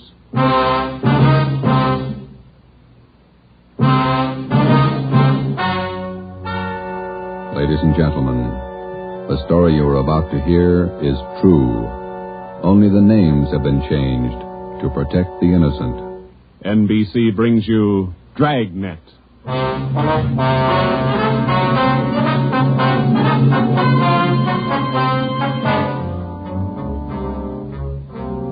You're a detective sergeant. You're assigned to burglary detail. A sudden wave of jewel thefts is sweeping the city. In 16 days, 16 burglaries have been committed, one each night. They bear the same trademark. Thousands of dollars of jewels are missing. The thief is a master at his trade. Your job, get him.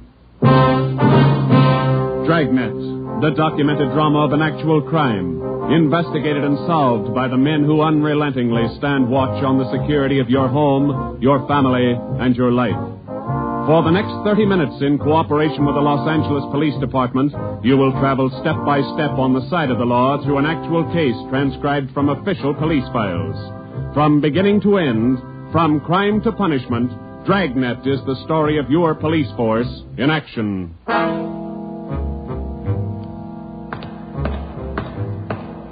It was Tuesday, June 17th.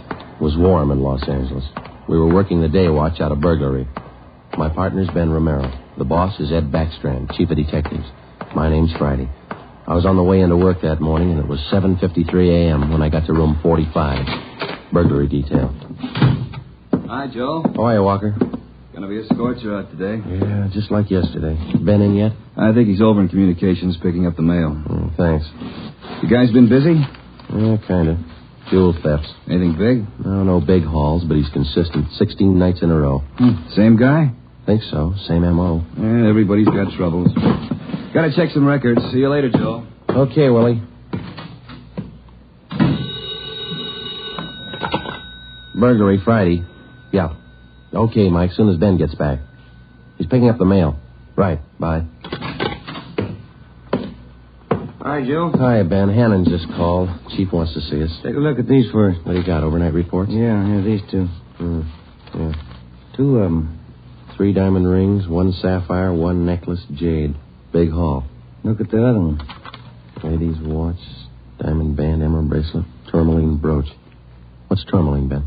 I don't know. Must be valuable. It's gone. Let's see. Owner left house about 9 p.m., returned about 1:30 a.m., found property gone, scratches on the door. Probably using the cellophane method. Hasn't missed yet. 2 in 1 night. Well, he's picking up his pace. Must have a bag full of loot somewhere, whoever it is. You get the description sheet from pawn shop detail? Yeah, got him right here. You take half of them. Let's see what luck we got this morning. Nothing so far. Me neither.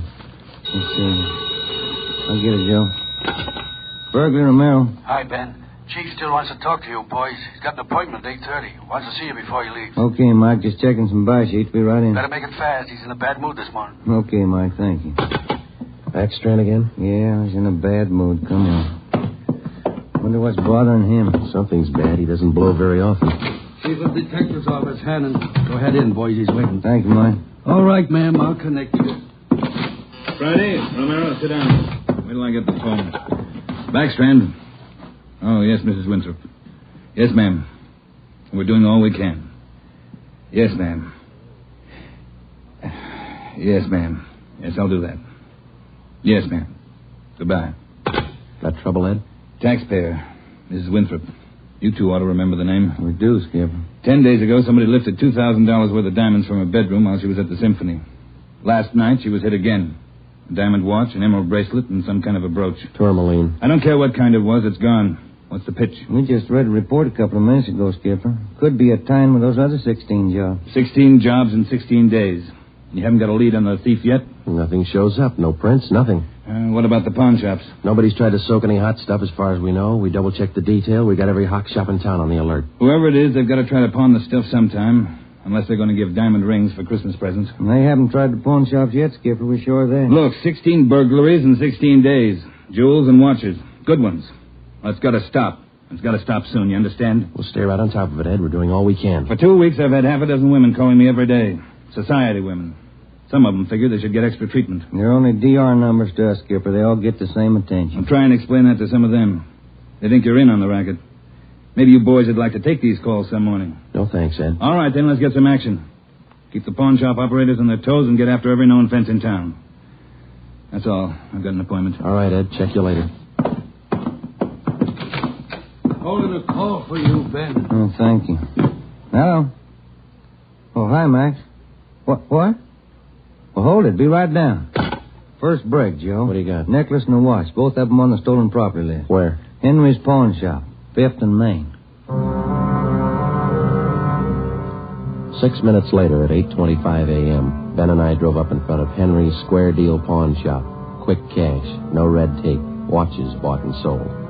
The proprietor was Max Murphy, an old friend of Ben's. Well, pal, of all days, it had to happen yesterday. Took the day off and went fishing up at Big Bear. I left my nephew in charge, Harry. A real knothead, that kid. How do you mean, Max? Joe, if I told him once, I told him 101. Whatever you do, whatever they come in with to Hawk, check it with the list. Check it with the stolen property list. What does he do? He forgot. He forgot. Oh, a real knothead, that boy. How old is he, Max? 32. A real knothead. I checked the slips from yesterday. Then I checked the stolen property list. There it is. Hot stuff. When did the stuff come in, Max, do you know? About 4 o'clock yesterday afternoon. Can we look at it? Oh, sure. Back here behind the counter. There it is. Did you check out the serial numbers on the watch yet, Max? When I found out, yes. They matched to a T. All right, let's see. Yeah. Description on this necklace matches, too. Let's have a look at your buy book, huh, Max? Yes, sir, Joe. Here you are. There's a deal right there. Here? Yeah, that's him. That's how he gave his name. Walter Tracy, 132.5 Blackstone Court, Los Angeles. Let me check the book for the description, man. Oh, sure. Yeah, here. Mm-hmm. Okay, Max, thanks. We'll be checking with you later. Sure, Joe. Anytime. Sorry. All right, Max. See you later. You fellas take it easy. Right.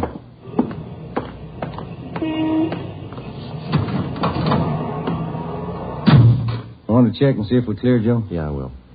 80K to Control 1. 80K to Control 1. Are we clear? Control 1 to 80K. Stand by. Good lead, Joe. Got a description in here. Yeah. It's too bad Max's nephew had to slip up. Control 1 to 80K. Call your office immediately. Call your office immediately. KMH is success. Wonder what that's about. Don't know. I'll call in. You got some change? I'll use Max's phone.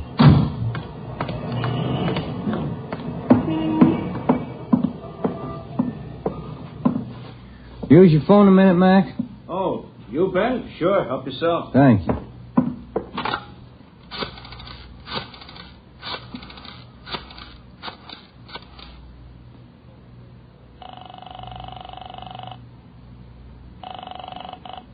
City Hall.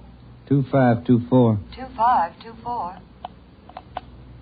Burglary. Levine. This is Ben, George. You got something? Hot one. Universal Loan Shop, 6th and Barton Place. Guy just took in a couple of rings. He checked too late.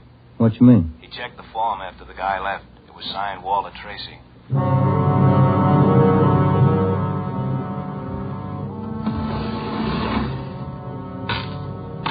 There they are, Sergeant. Both rings. Fine quality diamonds. Don't you usually check your stolen goods list before you take in stuff like this? Usually, yes. Last night, no. I don't know what I was thinking about.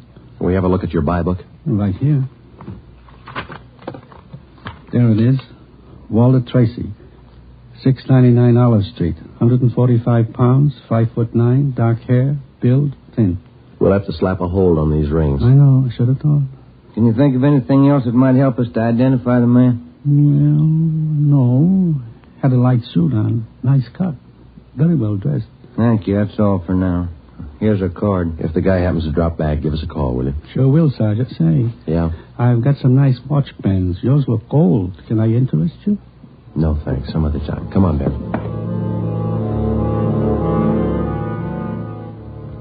That afternoon and the following morning, despite our alert and our warnings, 2 more pawn shops called in with reports of stolen watches taken in. We checked them out. The serial numbers on the watches matched those on the stolen property list. On the pawn shop account books, the loan was listed under the name Walter Tracy, The addresses were given as number 12 St. Vincent Place and 700 East Flower. The descriptions of the man were the same. Slight build, well-dressed, about 145 pounds, 5 feet 9 inches tall, dark wavy hair. We had the name and description distributed to every pawn shop in Los Angeles and surrounding communities. Through our informants, we checked up on every known fence in the city. For the next 2 nights, we received no reports of stolen jewels. That made up for the double burglary the night before.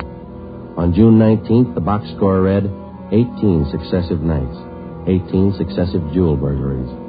At 3:25 in the afternoon, Ben and I sat down to check over the late incoming reports. Got anything, Joe? Not yet, no. Nothing here. Maybe the guys left town. Nope. No such luck. Take a look. That's it, number 19. He may set a record. Well, he's making monkeys out of us, isn't he? Look, man's watch, lady's watch, Chinese amber necklace, diamond shirt studs, and a bracelet with 2 large rubies. He's getting ambitious.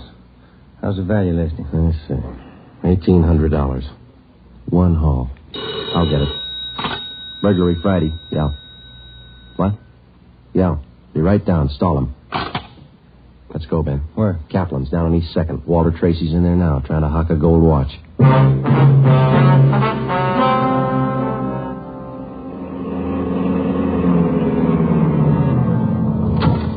Ben, cover the door. I'll get it look like I'm shopping around. Right, but watch your step. We don't know this guy. Yeah, stay close to the door, huh?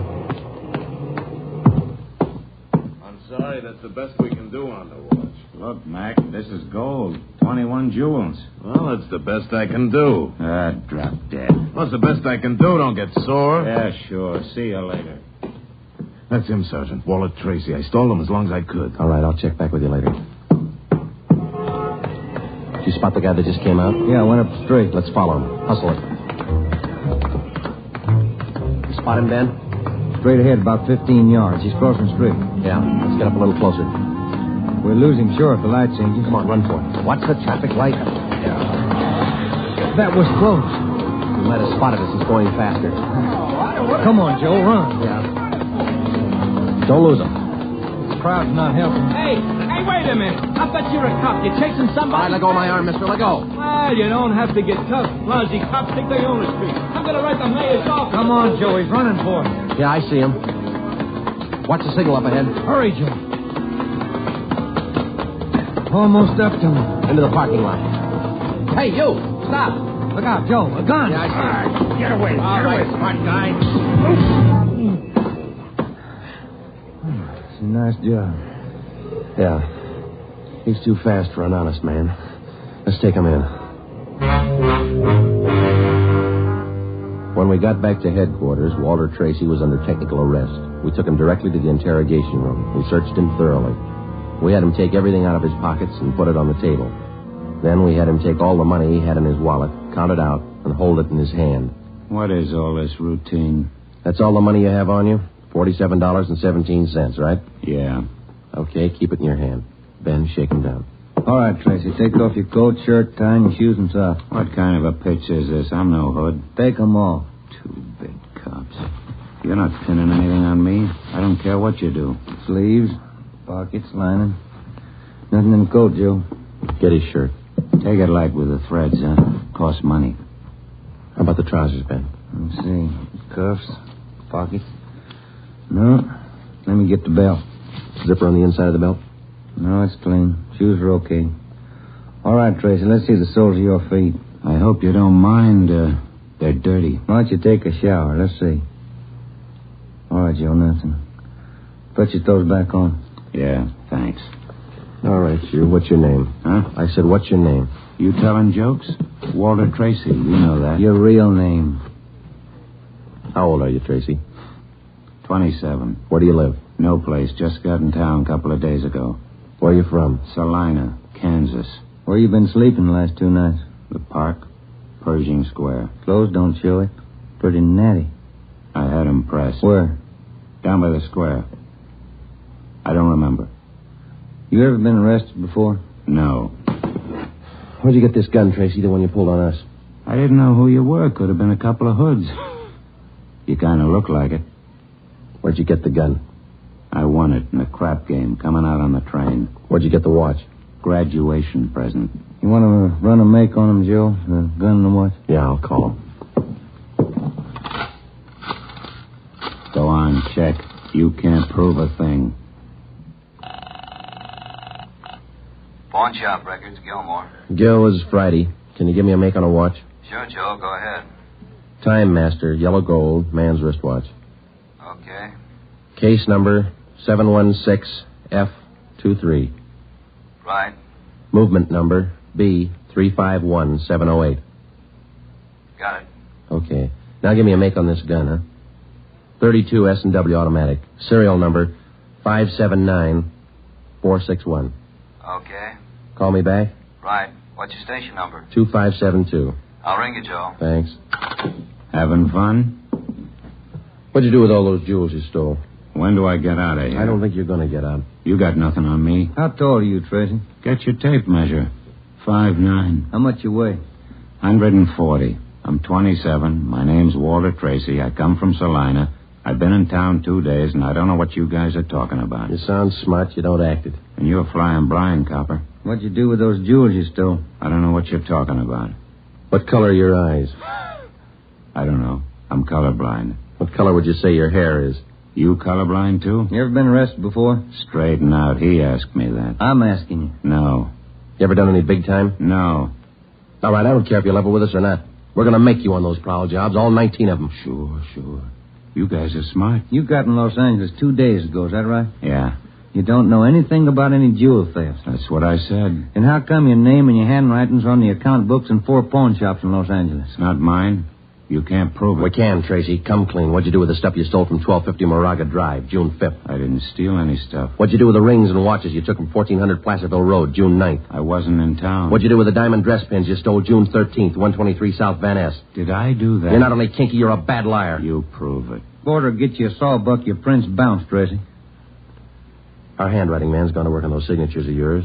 You haven't got a chance. Now, come on. Where'd you hide the stuff? You can't prove a thing. Where'd you say you've been sleeping the last 2 nights? In the park, Pershing Square. You want a map? Clothes sure look nice. I said I had them pressed. But you can't remember where. No, I can't remember where. That a crime? Friday something. Joe, this is Gilmore. Here's the stuff you asked for. Let's have it, Gil. No make on the watch, no make on the gun. Okay, Gil. Thanks a lot. Yeah. You're in up to your neck. You said that, didn't you? You're going to talk, Tracy. Kind of tired. All right, we'll let you sleep on it. Come on, Ben, let's book him. Right. I'll get your jobs, coppers. Sure. Come on. We took Walter Tracy to the county jail and had him booked on suspicion of burglary. He was still sullen. We knew we had the guilty man. Now we had to prove it. As it often happens, the victims never see the burglar. They only know he's been there. They can't identify him, but they can identify their property. Our job was to find the property. When we did, we'd have Walter Tracy. And the 19 victims would have their property returned. But Tracy wasn't talking. We knew he'd never talk unless he thought it might help him. We took the problem to Ed Backstrand. Smart punk, Skipper, but he's done time before. How do you know? Tried him out last night when we brought him in. He talks like it and he acts like it. But he won't cop out. Are you sure? He won't talk in 100 years. He knows he's got us in the spot. Well, one thing's sure. We're not going to send him up without finding the loot first. He's planted the stuff somewhere in this city. We've got to find it. Ben and I have got an idea, Ed. It's not going to be easy, but it might work. What is it? Tracy tried to soak some of the stolen property at 4 separate pawn shops in the downtown area. Yeah? At each one of those 4 pawn shops, he gave a local address. Now, we're sure he must have a room or an apartment someplace in town. All right. Where? That's where guesswork comes in, Skipper. Every one of those addresses he gave falls within a certain area. How big an area?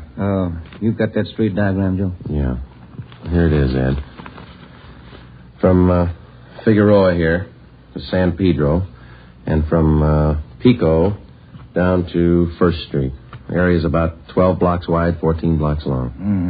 That's a lot of territory. How are you going to cover it? On foot. We'll take Tracy with us. Plenty of legwork. You sure it's the answer? We've got to find the stuff, and it's the only way we can figure it. Hotels, apartments, rooming houses. There must be hundreds of places he could stay in that territory. It'll take a couple of weeks. Yeah, on foot it will. All right.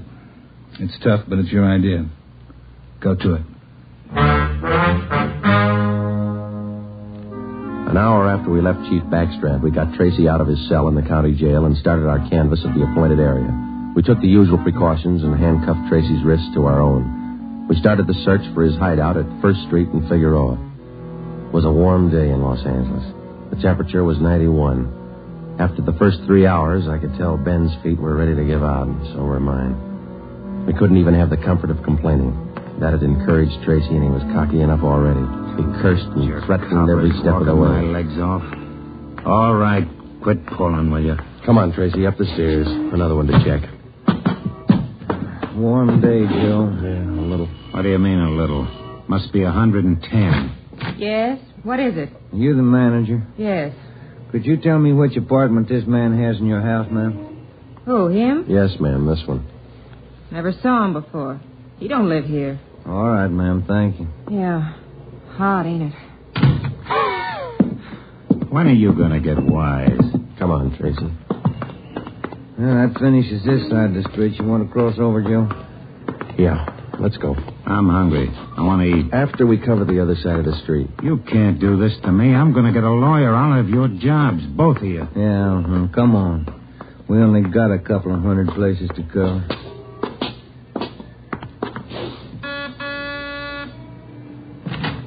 Hi, gents. What can I do for you? You the manager? I run the place, yeah. Which room does this man have in your place? Him? You made a mistake. He doesn't live here. All right, thanks. My feet are killing me. Wait till I get a lawyer. I'll burn both of you dumb cops. What do you think you're doing anyway? Making a guy work? All that day and the day after that and the day after that, Ben and I, with Tracy handcuffed to our wrists, canvassed the designated areas, from hotel to hotel, from rooming house to rooming house, and the apartments, too. Every day our feet ached a little more, our pace slowed down, Tracy got more irritable, and the weather got hotter. The second day it reached a high of 92, the third day 94, the fourth day 94. Police regulations say plainclothes officers must wear a coat and necktie on the street at all times. We wore our coats and neckties. The search continued into the fifth day. Our pace got even slower. Ben and I started to lose heart. After a while, we forgot our object was to recover the stolen jewels. All we wanted was to find Tracy's hideout. We knew we were right. We knew Tracy was our man. It was a point of pride. Whether your feet hurt or not, you don't give in to a thief. Yes? What do you want? You the landlady here? I am. Which apartment does this man have in the building? Well, none of them. He's not one of my tenants. Thank you, ma'am. Come on, Tracy. By the sixth day, all three of us had special pads in our shoes. Our feet ached worse than ever. Tracy let us know about his every 3 minutes. By late afternoon of the sixth day, we'd covered more than half of the designated area. The temperature was 95. You guys gonna go on forever? I'm sweating like a horse. I'm getting tired of your moaning. That looks like the manager behind the desk. Yes, sir? You the manager? Yes, sir. What can I do for you? Can you tell us which room this man has in the hotel? Him? Mm-hmm. He doesn't live here. Hey, you fellas look awfully warm. Like to cool off in the lobby? We're air-conditioned. No, thanks. I'm hungry. When do we eat? You're always hungry. You got the biggest mouth on a cop I ever saw. All right. Yeah. I'm hungry. I want to eat. Now. Wait till I give this story to the papers. Mistreating innocent guys. They'll break you. All right. Come on, up the stairs. I'm going to get a lawyer tonight. I'll show you. Yes? Why, Mr. Baker, where have you been? We questioned the landlady, a Miss Elizabeth Hunter. She told us that Baker, alias Tracy, had rented an apartment from her about 2 months before. That's all the information she could give us. Tracy clammed up. He would admit nothing. We asked Miss Hunter to accompany us as a witness. We took the elevator up to Tracy's apartment on the 6th floor. Miss Hunter, Tracy, Ben, and I. Down this way. Here. Do you want me to open it? Please, Miss Hunter. What? There's a girl. Walter? What is it, Walter? I told you to get out of town if I didn't come back. I didn't want to leave. I didn't want to leave without you. I thought you slept in the park. Take a jump. Where's the stuff hidden? All right, Ben, handcuff him to a chair. The girl behind him. We'll find the stuff ourselves. All right, Tracy. All right, you're next. I haven't done anything either, so you can't prove it. Billy, shut up. That's better. No talking between you two, for this will separate you. All right, Ben, you take the living room here. I'll try the kitchen. And get a window open. It's hot in here. Right. Sergeant, you will be careful of the furniture. Yes, ma'am. Well, I had no idea.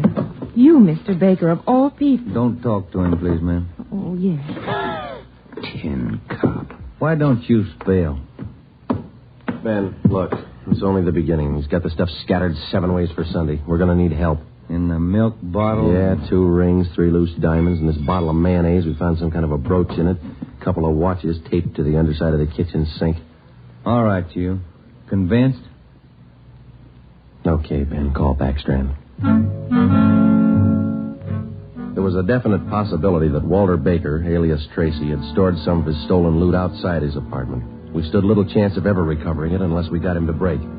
Ben called Chief Backstrand, and in 10 minutes he arrived at the apartment with another man from burglary detail, George Levine. Together we went over the 4-room apartment foot by foot. We found jewelry, watches, loose stones in every conceivable place. In cartons of cottage cheese, in jars of cold cream, in the garbage can, everywhere. Who's your girlfriend? All right, I'll ask her. What's your name? I said, what is your name? Billy. Billy Crawford. He didn't do anything. He didn't. All right, Billy. Maybe you can tell us. Where's the rest of the stuff he stole? He didn't steal. He didn't steal anything. Billy, shut up. Keep quiet, you. Ed, wait a minute.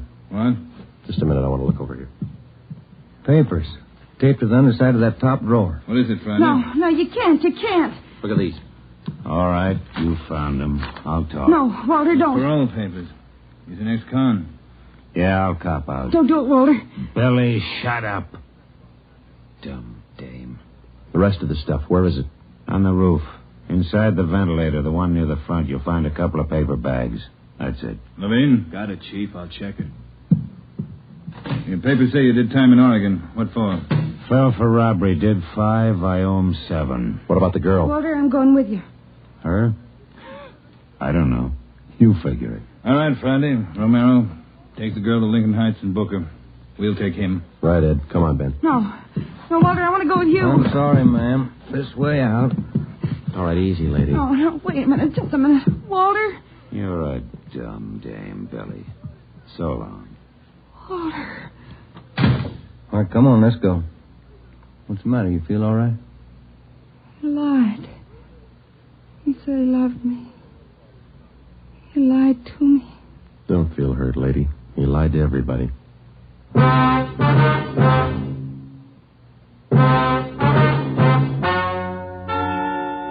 The story you have just heard is true. Only the names were changed to protect the innocent. Walter Baker, alias Walter Tracy, was tried and convicted on 3 counts of first-degree burglary and received the maximum sentence prescribed by law. He is now serving out his term in the state penitentiary. A hold has been placed on him by the state of Oregon, where he will serve out 7 years for violation of parole. Billy Crawford, Baker's accomplice, was tried and convicted of receiving stolen property and is now serving time in the state penitentiary for women. You have just heard the 11th in a new series of authentic cases transcribed from official police files. Technical advice for Dragnet is furnished by the Los Angeles Police Department. Tonight's program is dedicated to Warden Clarence A. Larkin of Folsom Prison, Sacramento, who, on the evening of September 24th, 1937, gave his life so that yours might be more secure.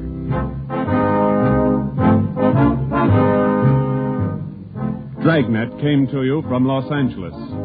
If you enjoyed tonight's production of Dragnet, you'll want to listen this Saturday evening to a pair of adventure shows featuring 2 well-known Hollywood personalities. You'll enjoy Brian Donlevy, star of Dangerous Assignment. Also on Saturday's schedule is Richard Diamond, private detective, as played by the screen's romantic tough guy, Dick Powell. Listen to both of these exciting programs this Saturday over most of these same NBC stations. This is NBC, the national broadcasting company.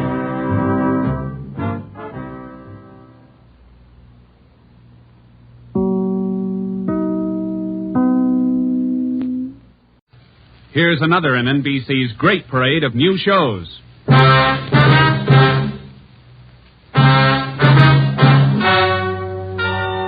Ladies and gentlemen, The story you are about to hear is true. Only the names have been changed to protect the innocent. NBC brings you Dragnet.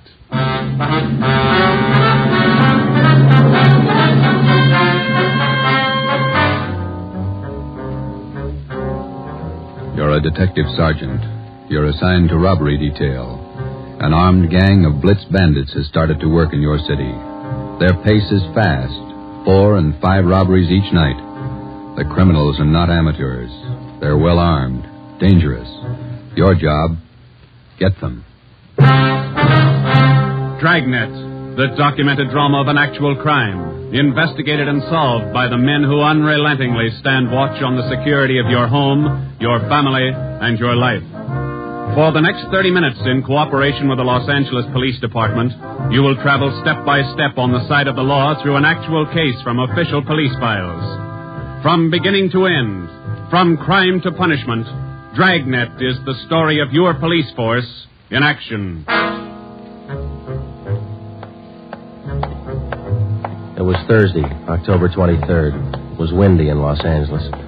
We were working a day watch out of robbery. My partner's Ben Romero. The boss is Ed Backstrand, chief of detectives. My name's Friday. I was on my way back from the statistician's office, and it was 11:42 a.m. when I got to room 27A. Robbery detail. How'd it work out, Joe? Any good prospects? I don't know how good they are, but I got a handful. How many did you get? Well, let me see. 15, 18, 22. Ethel down in the stats office ran them on the IBM for me. There they are. Let's see. It's a gang of 3 men working on foot.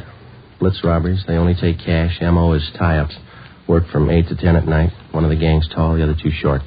And these are the men the machine sorted out? Under that heading, yeah. If our information's wrong, then so's the machine. Got a good bunch of candidates here. Descriptions match up with what we got. They seem to. Check the names on that list, Ben. Some of the smartest thieves in the country. Yeah.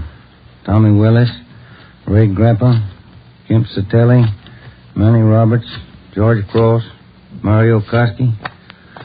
Reads like June graduation at San Quentin. Yeah. George Cross and Tommy Willis are in town. We know that. And Koski, he's around a couple of weeks ago. And what about the rest? It's a big field. Have to check them out, I guess. Might as well start at the beginning. Did you go through the overnight reports yet? Yeah. No restaurants, no liquor stores. That makes 5 days the gang's laid off. Well, they can afford to, can't they? 18 robberies in 24 days, that's a pretty good haul. This stop-and-go strategy of theirs, Joe, it's got me. Yeah. They work hard for a week in one area, and then they lay low. If they just keep going, we might have a better try at them. Hey, Joe. Yeah, Chandler. Fellow out here to see you, Joe. Name's Decker. Decker. Henry Decker? Didn't say. Want to see him? Yeah, send him in. Right. All right, Mr. Decker, this way. How are you, Joe? You're looking good. Oh, Hank Decker. How are you? I'm fine. So what are you waiting for? Applause? Come on in and shut the door. Hank, this is my partner, Ben Romero. Ben, Hank Decker. All right, Hank. How are you, Ben? Hank and I were in service together. Yeah, I just dropped in for a visit, Joe. Are you busy? No more than usual. Sit down. Thanks. I remembered you telling me you were on the PD, so I figured I'd drop around and get an inside track. How do you mean?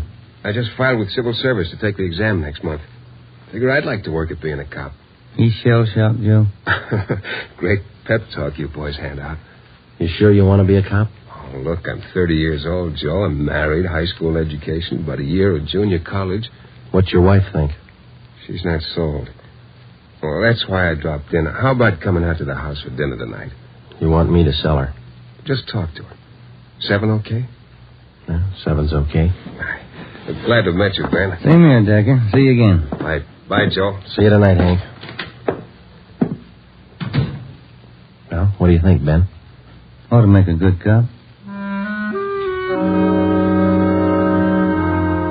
We had a list of 22 possible suspects. By 5 o'clock, Ben and I had checked out 2 of them who might possibly have had a hand in the blitz robberies of the 18 liquor stores and restaurants in the past 24 days. Number 1 man was Thomas Willis, Caucasian, age 29, 5 feet 11 inches, 175 pounds, dark hair, blue eyes. Number 2 man was Mario Koski, Caucasian, 5 feet 6 inches, 170 pounds, dark hair, dark eyes, large scar under his chin, running across his throat, up to and behind his left ear. According to our informants, and after questioning some of their associates, either Willis or Koski or both could have taken part in the blitz holdups. We showed their mugs to the victims, but none of them could give us definite assurance that either Willis or Koski were in the holdup gang. At 7 that night, I went out to Hank Decker's house for supper. Met his wife, Linda, his 4-year-old twin boys. We talked about the Army, played with the kids for a while. Before we sat down to eat, we put the boys in bed. Hank was in the kitchen carving the roast. His wife closed the door to the kids' room, and we started downstairs for the kitchen. What do you think of our 2 atom bombs? They're fine kids, Miss Decker. Hank told me that you were worried about him wanting to join the force.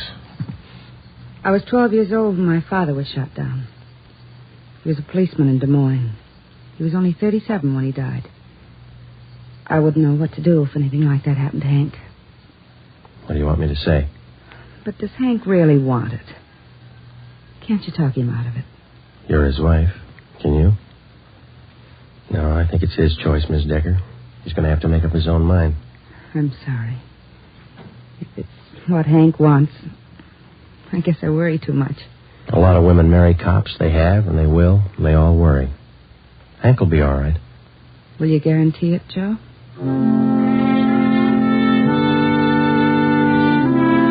During the next month, I heard from Hank Decker only once.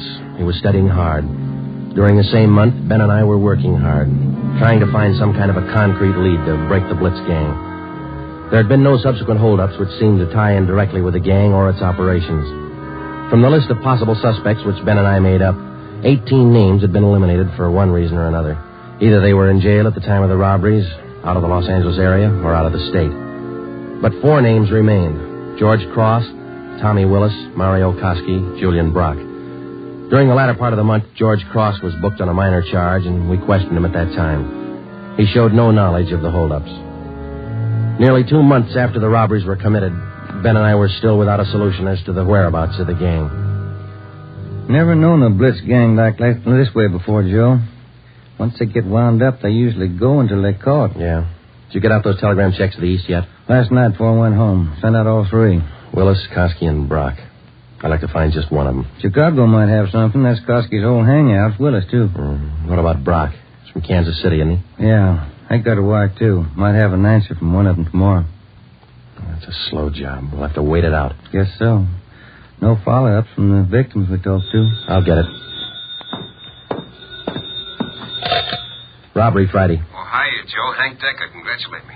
What for? Just passed my written exam. Got the letter this morning. How about that? That's fine. When do you take your physical? Oh, not till the end of the month. Next week I take the oral and agility tests. Then the physical. If I get by them, I'm in. Well, you're going to have a full month at the police academy after the test. There's a lot of work, Hank. Oh, it can't be any worse than these tests. It's a tough 30 days out there on the Hill. Law, court procedure, evidence, combat firing, target practice. You'll have to wade through all of them. You ever going to have anything encouraging to say? Yeah, when you graduate. I won't count on it. How's the job going? Slow. How's your wife feel now? About taking the job? Uh-huh. A little better. She said to say hello. Okay. Keep us posted, huh? I'll do that, Joe. Right. Bye. Hank passed his written test. Sure anxious. Brandy, Romero, got a minute? Yeah, Skipper. Come on, Joe. You got something, Ed? Yeah, those Blitz robberies you're handling. Not having much luck. We were. Gang's disappeared. Not a trace of them so far. They leave town? Well, we're not sure, Ed. We don't even have a good description. We're guessing most of the way. What are your guesses? You've had a couple of months to make them. 12 of the holdup victims we talked to told us definitely that there were 3 men in the gang, 2 of them short, 1 of them tall. We've just been working from there. All 3 of them have dark complexions. Started with 22 possibilities and got it weeded down to 4. No, wait a minute, 3. Yeah. Tommy Willis, Mario Koski, Julian Brock. Willis and Koski are Eastern Hoods. Brock's from the Middle West. And where are they now? Haven't showed their faces around town. Checking some of the cities in the east. That's about all we got, Skipper. Not much for 2 months' work. Thieves can't be that smart. Right now they are. We've sounded out every lead we had, Ed. We're doing our best. Either of you ever hear of a man by the name of Al Mishikov? No, I don't think so. Chicago gunman in the old days, wasn't he, eh? That's right. I thought he was doing time in Joliet. Paroled last year. Got a tip he was spotted on East Broadway night before last. You figured it might tie in with our job? I don't know. Find out. If I remember right, Mishikov's brother used to be pretty friendly with Mario Koski. I helped send both of them up 13 years ago. Same rap, robbery. Was that all you heard, Ed? Somebody spotted Mishikov? That's all. If you can track him down, you might get some kind of a lead. That's more than you got now. That night and for the next 2 nights following, Ben and I had dinner downtown instead of going home, and then we spent the rest of the night covering the lower end of the city in search of Al Mishikoff. We got more than a dozen leads on where to find him from some of our informants, but none of the leads paid off. We kept missing him. No one knew where he was staying. No one knew, or no one would tell us. Worst thing about this job, Joe, leg work? We must be averaging 10 miles a night. My feet say 20. Almost midnight. Here's McCarthy's place. Let's try it. Right. Let's go down to the end of the bar, Ben. Yeah. Hiya, Ben. Didn't see you come in. What's new? Oh, not much, Bert. Meet my partner, Joe Friday. Hiya, Friday. What do you fellas have? Looking for a guy, Bert. His name's Al Mishikoff, Chicago. You heard anything? He was in here earlier tonight. Couple of guys with him. Are you sure? What do you look like? 6 feet, about 45, I guess. Big build. Sounds like him, all right, Joe. Is he staying in the neighborhood, Bert? Down here, I don't think so. Most of those big-timers stay uptown someplace. You looking for Mishikoff? I'd like to talk to him. How long ago was he in? Oh, about 8 o'clock. Couple of guys with him. They were talking about driving out to the airport. Something about Las Vegas. There's an 840 plane for Vegas, isn't there, Ben? I think so. 840, 850. I can't recall which. Bert, do you remember the exact time they left? Exactly. No. Say, there's one of the fellas that was with Mishikoff down there in the middle of the bar. Which one, Bert? There. One with the sandy hair. Big chin. See him? Yeah. Want to talk, Joe? Come on. And Judge, you know what he said? He said when he was in Vegas last week. Pardon me. Killing. Yeah, that's why. Pardon me. I'd like to talk to you a minute. Yeah, who are you? Police, Sergeant Friday. Oh, have a drink, Sergeant. No, thanks. I said I wanted to talk to you. Square John, huh? Wait a minute, George. Square John wants to talk to me. Come on outside. We can talk better out there. I ain't done nothing. What's the pitch? I got a right to know. Let's go. Outside. Maybe I don't want to go outside. I think you better. Come on. All right. Quit shoving, you dumb cop, shoving people around. What are you trying to do here? Every sausage. All right, down this way. Car's parked up the next alley, Joe. Hey, look, what's this all about, huh? I got a right to know. You were seen with Al Mishikoff tonight. Where is he? Who? Al Mishikoff. You want us to spell it? I don't think you can spell your own name. Nobody's asking you to play smart. Where's Mishikoff? Out of town. What do you care? Here's the car. All right, inside, you. No. Look, you got me wrong. I ain't done nothing. Where's Mishikoff? You and some other guy drove to the airport with him tonight. Let's have him. I'm clear, I tell you. I just drove out with him, that's all. Where'd Mishikoff go? Vegas. Took the plane for Vegas. When? About 8:30, 8:45. What's up, anyway? Who's the guy traveling with Mishikoff? Nobody. Who's the guy traveling with Mishikoff? Koski. I just met him tonight. Mario Koski, is that the guy? Yeah, I'm level and I ain't done nothing. Ben, get to a phone, call the office, contact Las Vegas police. Ask them to pick up Koski and Mishikoff. When we got back to the office, we questioned the man we had picked up for almost 2 hours. His name was John Delmar, an ex-convict. He'd been paroled from Folsom Prison 2 months before after serving 3.5 years for burglary. He said Mishikoff was looking for a man to work with him and Koski. He didn't specify the work. Delmar said he refused the offer, but they parted on friendly terms. He said Koski and Mishikoff told him that they were going to Las Vegas for a few days, then return to Los Angeles. But when Ben and I checked back with the Las Vegas police the next morning, they reported that nobody answering the description of either Koski or Mishikoff was seen arriving or leaving the airport. We checked with the airlines and sent inquiries to law enforcement agencies throughout the entire area. No sign. 3 weeks went by. Still no sign. Nothing in the overnights, Joe. No, not a thing. Oh, yeah, same here. Reno, Sacramento, San Francisco. Nobody's seen them. They've got to come out sometime. We can wait. Yeah, we can wait. Gets on your nerves. Let's check with Backstrand. Maybe he's got a job for us in the meantime. You're getting as eager as your friend Hank Decker, Joe. Incidentally, how'd things turn out for him? He passed all his exams, putting in his month's training at the academy now. He should do all right. Hiya. Hi, Mike. Skipper busy? Not in his office. Won't be in till afternoon. What's the matter? He's got a lecture at the police academy this morning. Thanks, Mike. Come on, Ben. Ben and I drove out to the police academy near Elysian Park. We went out to check with Ed Backstrand on the Blitz robberies, not to listen to his lecture. When we walked into the classroom, he was just finishing up, so we sat in the back of the room and listened. It was a pretty good speech. Because of the alertness of the arresting officer, his talent for memorizing detail, and his knowledge of how a criminal acts under a given set of circumstances, the arrest was made. Well, that's about it, gentlemen. Thank you for your attention. Now, when I ran this speech over at home, my wife said it wasn't a very good talk, but at least it came out on time. Now it seems I'm 2 minutes short, so I guess I failed on both counts. If I may, I'd like to use the few minutes that are left to tell you what I think of being a cop after 24 years. For one reason or other, you men have chosen the career of a police officer. Well, let me tell you right now, without any qualifications, it's a thankless job. Maybe you can't see it now. Maybe you think I'm exaggerating. But when you graduate next week and get that uniform on, your whole lives are going to change. You're going to lose friends, a lot of them.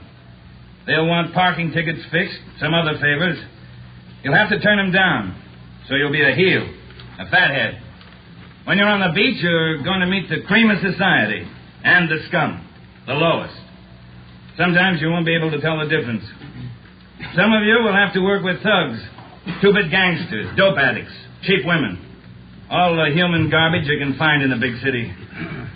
You'll come home at night and take a shower to wash off the dirt, but you still won't feel clean. That's the job. When you buy a box of candy and bring it home for your anniversary, the neighbors will say you chiseled it. When you save up a few dollars and buy a new car or some furniture for the house, it's graft. People are going to want favors. They'll offer you things, a free beer or a new dress for your wife. If you take it, you're a chiseler. If you don't, you're a tough cop. Well, here's a piece of advice. Take nothing from anyone, no matter how good a friend he is. Pay for everything you get and don't ask favors. Treat everybody alike, no matter what they look like or what they believe in. You don't play favorites. There are going to be times when a few men in the department get out of line. The newspapers will play it up because it makes good reading, and the average John public will love it. Because that's the only way he can pay you back for that traffic ticket you gave him. Being a good cop is a hard job, but it's a good one. Let me warn you just once more. It's one of the most thankless jobs on earth. That's all, gentlemen.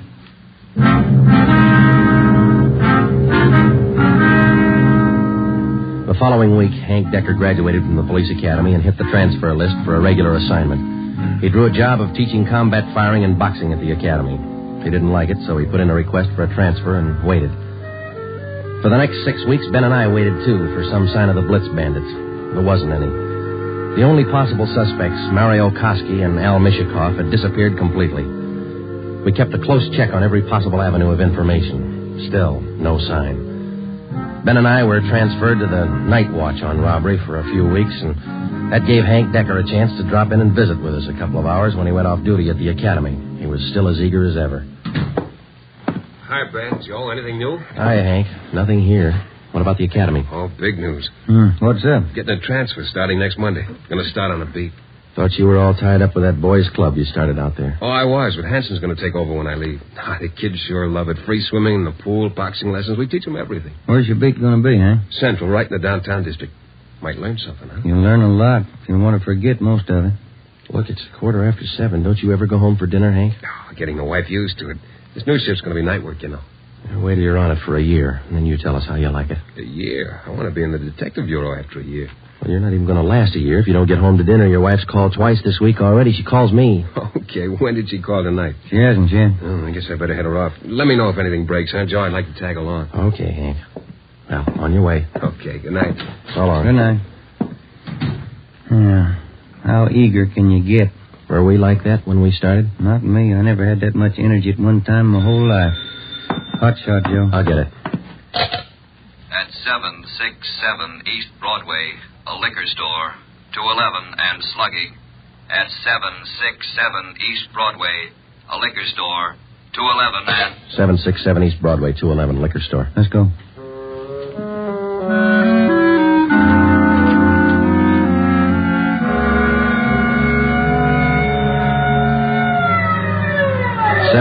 East Broadway, King's Liquor Store. We pushed our way through the small crowd outside the door and into the shop. 2 patrolmen in uniform were already interviewing the proprietor. He had 2 large gashes on his head just above the right temple. He was trembling and badly shaken, but he managed to give us a good description of the hold-up men. Yeah, I can tell you what they looked like. 3 of them. One short, one tall, husky, another short, fat. You remember what they were wearing? Coats, All three, dark coats.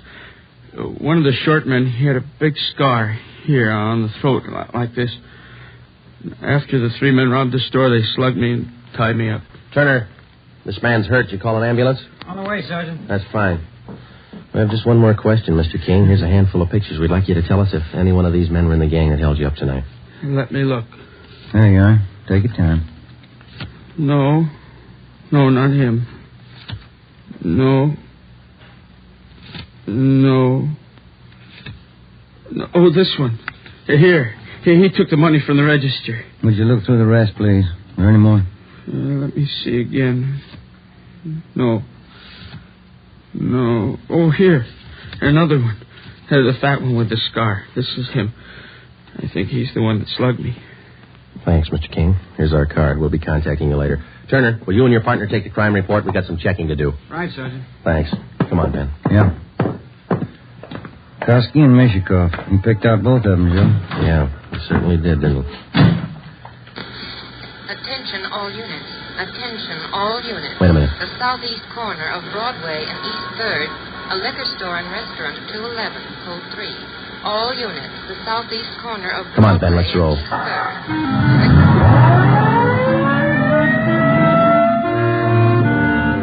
When we got to the liquor store and restaurant at Broadway and East 3rd, Ben and I knew for certain that Koski and Mishikov were back in the city and working hard. Their M.O. matched down to almost the smallest detail. We put a call through to communications, and the entire Central Division was alerted. Then we called Chief Backstrand and told him the news. He assigned a special detail from the Metropolitan Unit to patrol the area until further notice. But at 9:23 p.m., before they pulled out of the police garage, the Blitz bandits added 2 more liquor stores and 1 more restaurant to their list of victims. Early the next morning, Ben and I met with Chief Backstrand in his office. You got a make on that third man yet? We ran his description through R&I early this morning, Ed. Closest candidate's a guy by the name of Julian Brock. Done time here in New York. Any tie-up with Koski or Mishikov? Mama sheet says he knows Koski pretty well. Well, that's good enough. Now, how do you think you're going to get these thieves? We've got the alert out, Chief. Special detail from Metropolitan Division's been briefed. Communications all set. All right. Here's a tip for you. Tell the men if there's a hold-up call that only the car in the area of the hold-up will handle it. These thieves are no amateurs. They may try some decoy trick. Tell the men to stay in the area they're assigned to until they receive a call. Check? We'll take care of it, Ed. You going to be on hand tonight? And when do you figure on starting? We'll have the full detail out for 6:30. Play it safe and start at 4. Why chance missing them?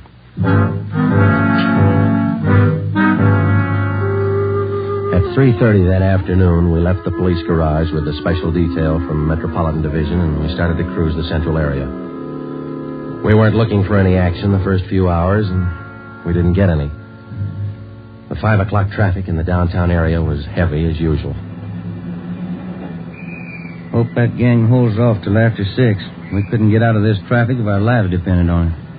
Well, we'd probably do better on foot if it wasn't for radio contact. Control 4 to 80K. Control 4 to 80K, your location. Get it, will you, Joe? Yeah, wait till I get the mic.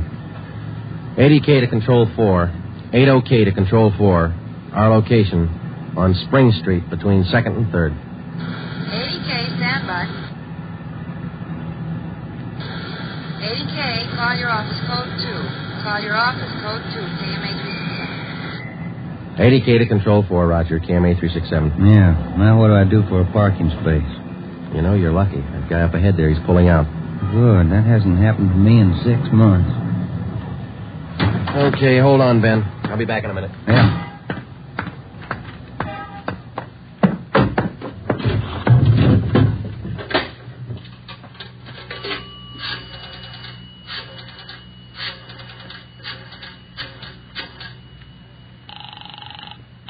City Hall. 2511. 2511. Robbery, Chandler.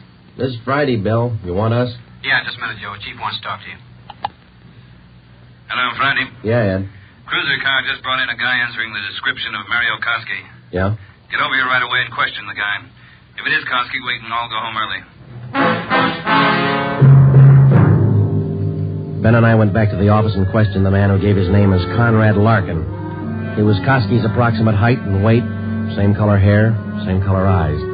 The resemblance to Koski's picture was evident. We questioned him thoroughly about the Blitz robberies, and then we checked out his fingerprints. The coincidence was hard to overlook, but we were satisfied. The man was not Mario Koski. There was a phone message on my desk to call Hank's wife. I called her, and then we checked with Chief Backstrand again and started for the police garage. It was 10 minutes past 6.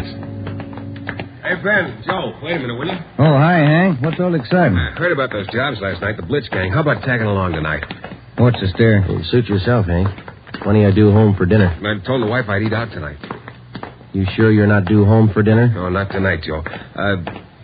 Did you have any luck yet? Not so far, Hank. Maybe later on tonight. Come on, here's the garage. How close did you come to the gang last night? Not close enough. 2 steps ahead of us all the way. They sure must work fast. 5 jobs in a row. All right, Hank, let's don't rub it in, huh?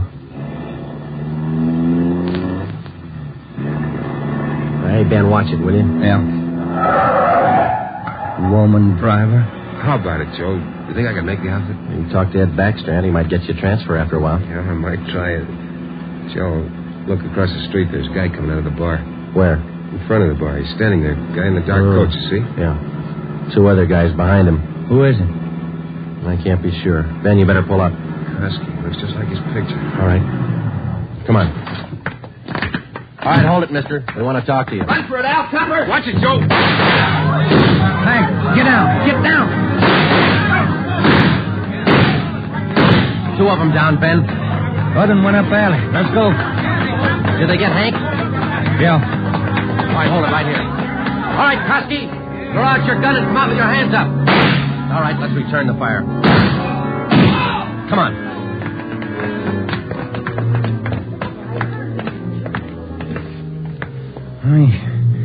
He had his chance. Yeah. Grab his gun. Let's get back to Hank.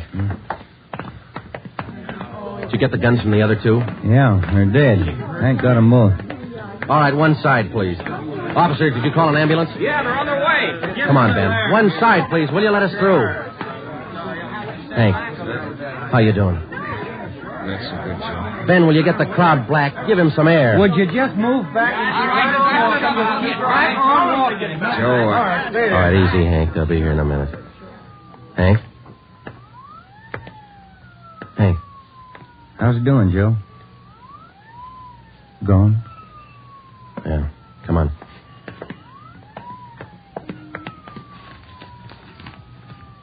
What have you got, Joe? Phone message from Hank's wife. For you? Yeah. You returned the call? Before we left the office. What was it? She wanted me to remind Hank. He was due home for dinner at 7 o'clock.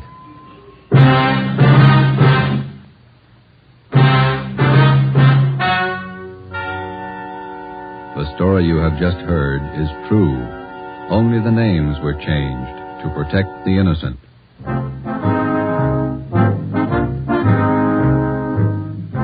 You have just heard the 12th in a new series of authentic cases from official files. Technical advice for Dragnet is furnished by the Los Angeles Police Department. Tonight's program is dedicated to Patrolman James Frank Goggin of the Cleveland Police Department, who, on the morning of January 13th, 1939, gave his life so that yours might be more secure. Dragnet came to you from Los Angeles. If you enjoyed tonight's production of Dragnet, you'll want to listen to Richard Diamond, private detective, as played by the screen's romantic tough guy, Dick Powell, heard Saturday on most of these NBC stations. This is NBC, the national broadcasting company.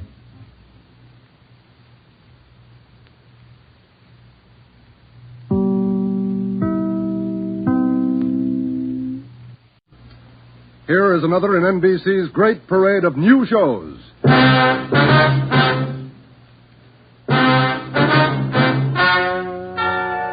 Ladies and gentlemen, the story you're about to hear is true. Only the names have been changed to protect the innocent. NBC brings you Dragnet.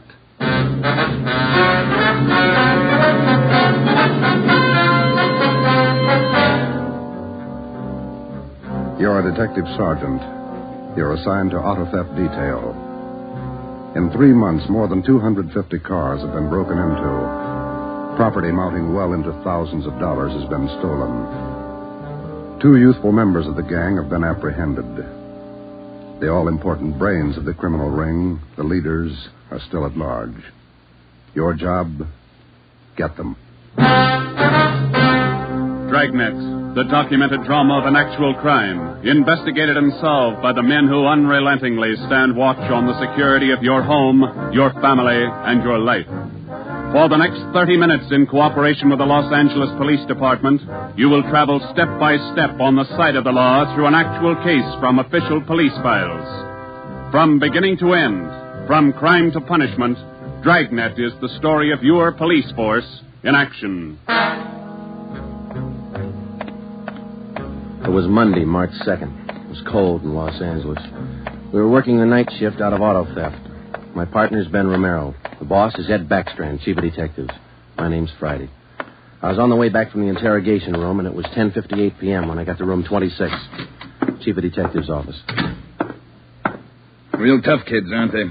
Yeah, they won't admit a thing. Now, sit down. Thanks. When'd you pick him up?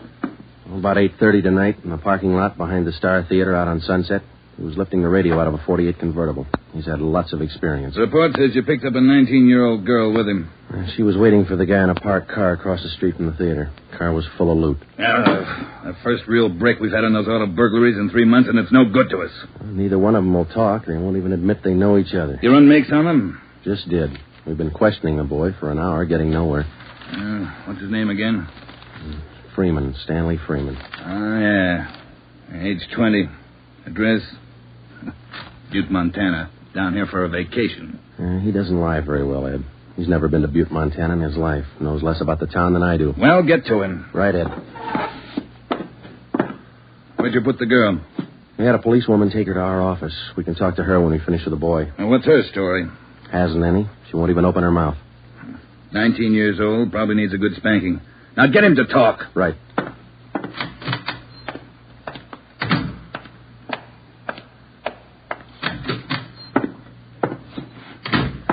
Did you run a make, Joe? Yeah, he's clean. Get wise, huh, Flatfoot? Look, you're in a bad spot, son. That kind of talk isn't going to help.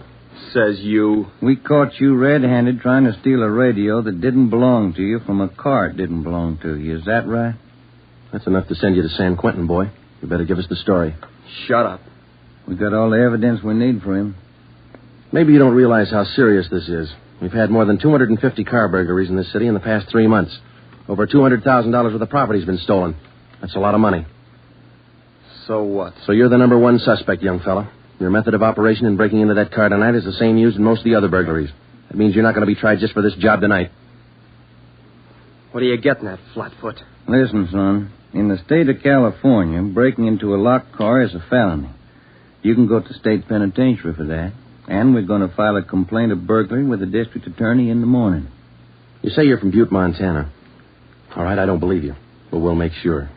Ben, go down to our office and call the news photographers. Stanley here is going to have his picture on the front page of every newspaper in Los Angeles tomorrow. Right, Joe? No. You can't. I won't let you. I got my rights. What's the matter, youngster? Everybody wants his picture in the paper. Yeah, well, I don't. I won't let him.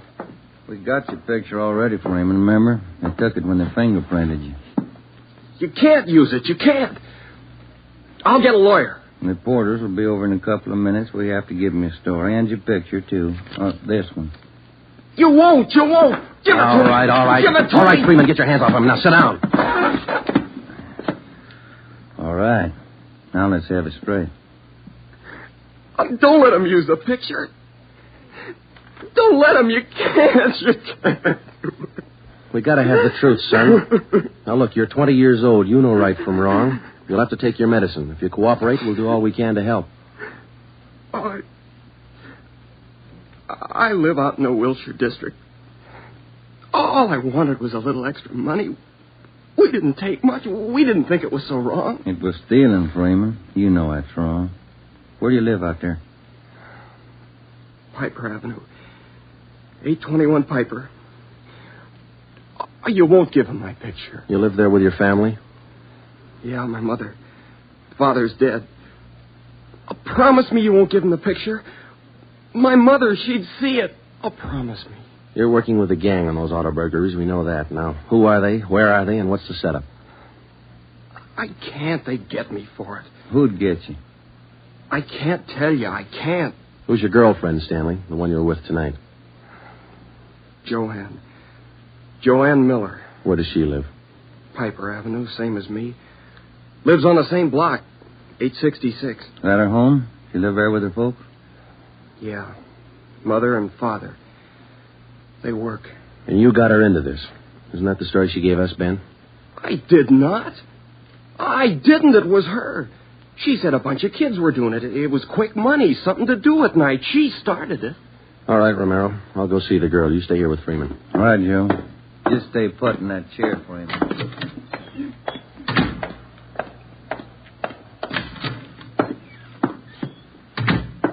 Hi, Marge. Hello, Joe. You and Romero handling this case? Yeah. I'd like to talk to the girl a few minutes. Marge, will you stand by? Right, I'll sit over here. Thanks. All right, miss. What's your name, age, and address? I told this lady cop 15 minutes ago I'm not saying anything. All right, then we'll tell you. Your name's Joanne Miller. You live at 866 Piper Avenue. You live with your father and mother. Both of them work. You're a liar. That's not me. You're 19 years old. You live on the same block as your boyfriend, Stanley Freeman, and you're the one who got him mixed up in this gang. Isn't that right? No, it's not right. It's not. I didn't do anything. Well, that's only half the story. Freeman told us everything. You want to hear the rest? No. Stan wouldn't tell you. He wouldn't. He told us how you got him mixed up in it. Quick money. That's what you told him, didn't you? No, it was him. I can prove it. The rest of the kids will tell you. He got me in this. Ask them, they'll tell you. It was Stanley and Fred Milford and George Jansen. They started it, all three of them. All right. Will you tell the story to a police stenographer? I'll tell him everything. He's not blaming this on me. Marge, will you go get the stenographer? Right. Now, how many persons in this gang of yours? Oh, about 10 or 12. And it's not my gang either. He got me into this, and now he's trying to lie his way out, blaming me. How long you been doing this, burglarizing cars? Me? Oh, only about 2 weeks. It was supposed to be fun, something to do at night. The rest of them been at it a couple of months. Who's the head of the gang? I told you, it's him, Stanley, and Fred Milford and Jansen, all three. I only started going out with them 2 weeks ago, maybe less. All right, Joanne. Tell it to the stenographer the same way. Stenographer will be in a minute, Joe. Okay, Marge, thanks. Stay with her. Right, Joe.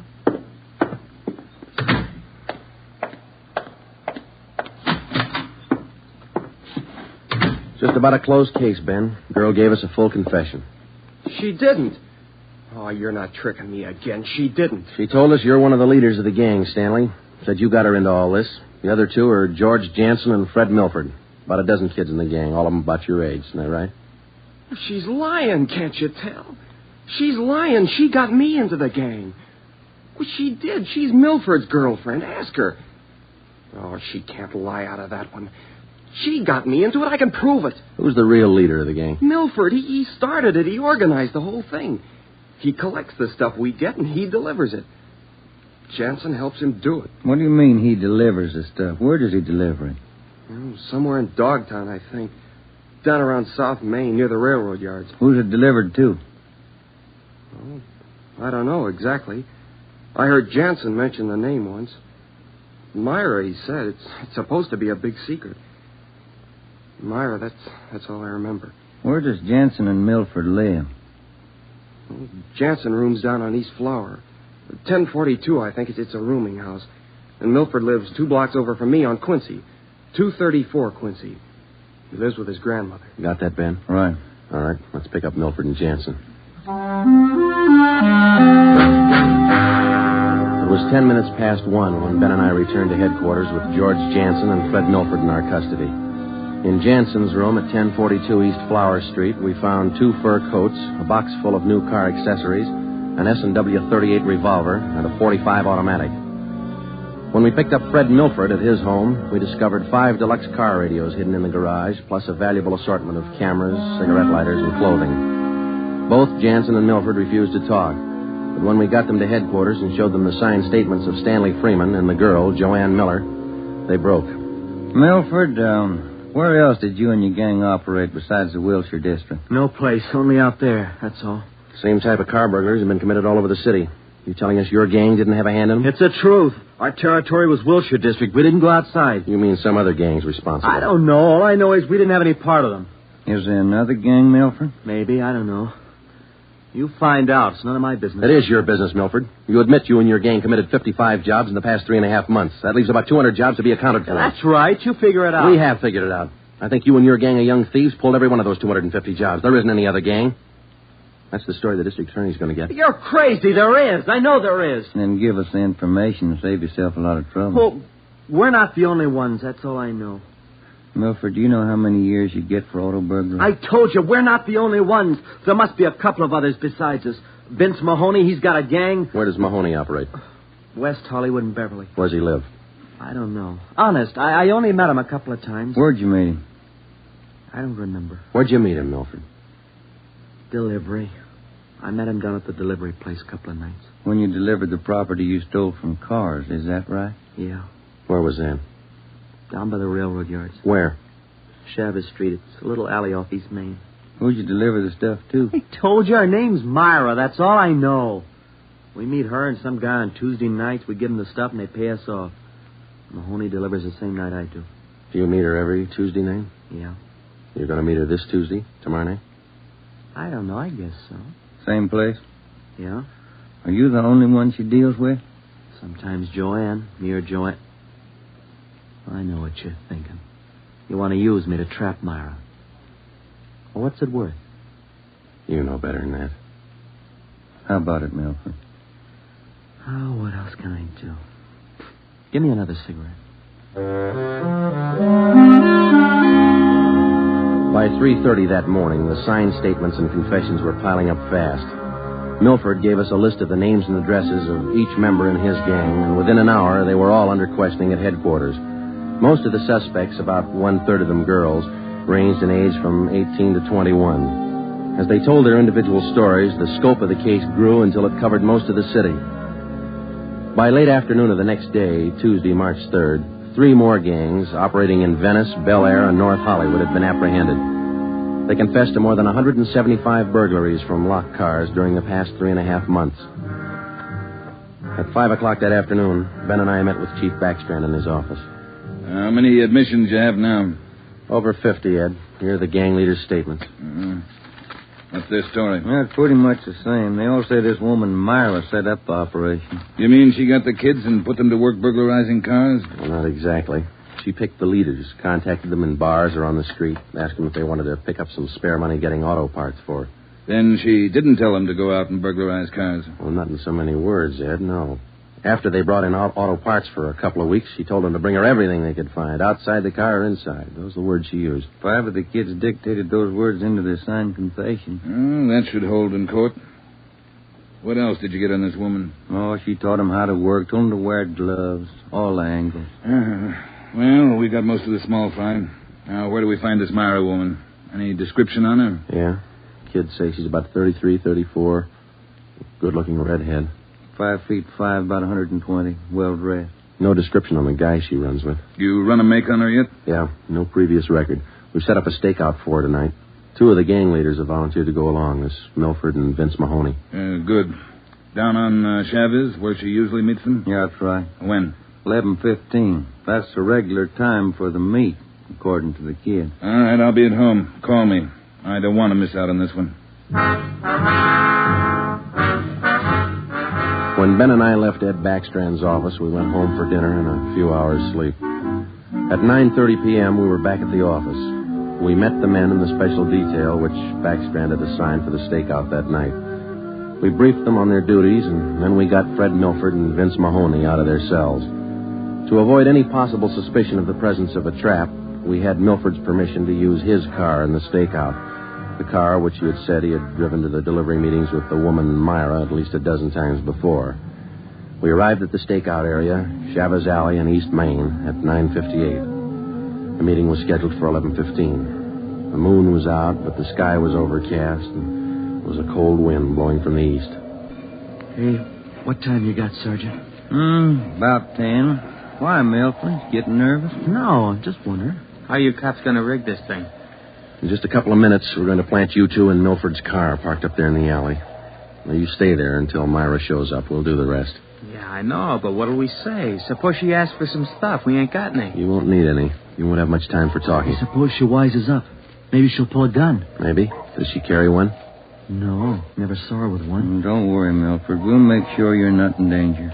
She's got an awful temper, that redhead. Got mad at me once when I squawked at the prices she was paying us for radios. What was she paying you, Mahoney? An 8-tube radio, good shape, $7. She got all the gravy and you got all the grief. You're not kidding. Joe, are you?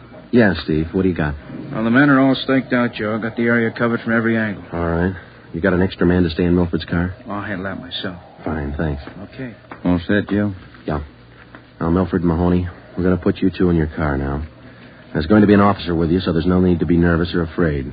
You just sit in the car and act natural. When this Myra drives up, don't leave the car. Have her come to you. You got it? Sure. Okay. All right, Joe, let's go.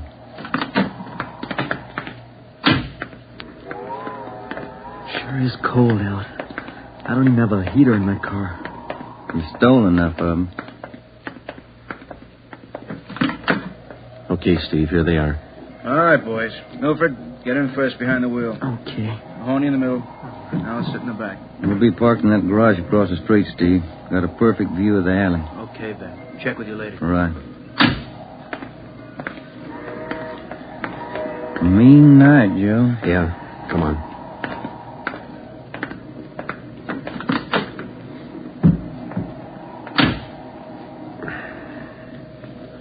It's cold here in the garage, isn't it? Yeah. It might be a long wait. What time you got? 6 minutes past 10. Thank you.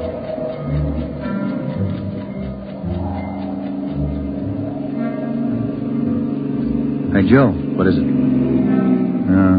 It's nothing. Thought that passing car was turning in the alley. Relax. It's early. Lonely place. Dark. Gets on your nerves.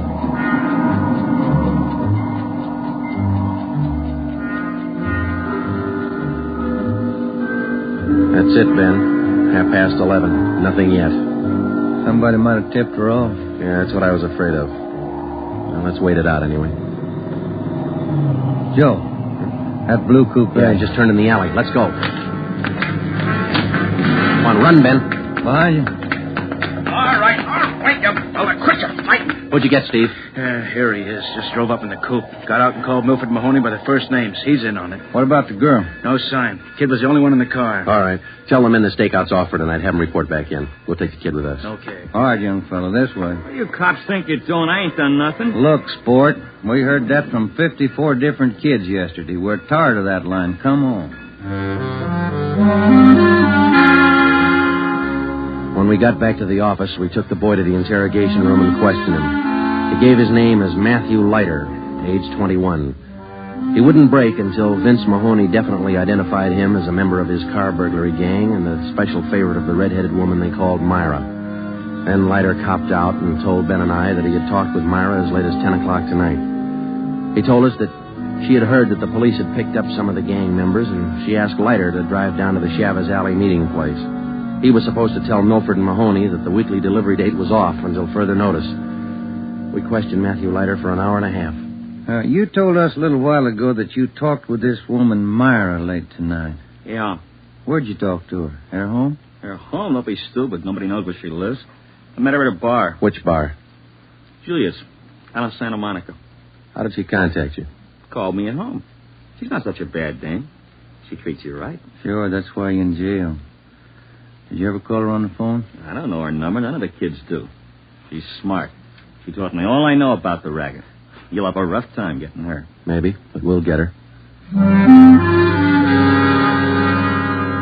Ben and I left the office at 2 a.m. and went home to bed. We reported in at 8 that morning to head back Strand. The three of us went down the street to Koken's restaurant for a cup of coffee. Nobody was in a good mood. We had most or all the small fry in the citywide burglary ring, but it seemed we were still a long way from cracking the inner circle. The latter kid said that none of them knows where she lives, what her phone number is, nothing. Pass the sugar, eh? I think we still have a few angles to study on that score. Right now, I've got some more bad news for you. What's that? You been through your mail this morning? No, not yet. We haven't had a chance. I saw the overnight reports. There were 32 car burglaries last night. 32. All the way from Wilmington to North Hollywood. Now, you figure it. I can't. This girl Myra must have an army of kids working for her. How much did they get, Ed? Any idea? Rough estimate about $3,000. Usual stuff people are foolish enough to leave in their cars. Watches, cameras, furs, expensive clothes. M.O.'s the same? Like the others. If the car happens to have a rigid handle lock, they slip a piece of pipe over the handle for a lever and break it. If that doesn't work, they pry open the wing window. Some of the windows were smashed out. Sounds like you're in an awful hurry, Joe. Yeah, maybe this Myra wants a few big nights before she peddles the stuff and gets out. If we're going to get her, we can't waste time. Any suspects picked up last night, Skipper? None. Well, where did they hit most of the car? Outside the Pan Pacific. The parking lot. Hockey game going on. Must have been 4,000 cars for them to pick over. They picked the best. As usual. Well, you better get on it. There's one way to handle it. What's that? She works fast. You work a little faster. We got back to the office and we went over the reports one by one. Then we called the young gang members to the interrogation room and questioned them separately and re-questioned them. We got nowhere. Many of them had met Myra on the street, in a bar, but not one of them had any idea where she lived. At least that's what they told us. Ben had a hunch that Matthew Leiter knew more than he was telling. We had him brought to the interrogation room, and all that afternoon until 10 o'clock that night, with interruptions for his meal periods, we talked with Leiter. He would admit nothing more than what he'd already told us. Yeah, it's got me beat, Joe. Yeah. Well, let's check with Ed. Good morning, Joe. Ben? Hi, Mike. Skipper in? Just went down the hall for a minute. Be right back. Hold it a minute, will you? Yeah. Chief of Detectives always handing. Yeah. For you, Joe. Oh, thanks. Oh? Yeah. He does? We'll be right over. That was Sergeant Hopkins over at the jail. Yeah? Matthew Leiter's got something to tell us. Says it's important.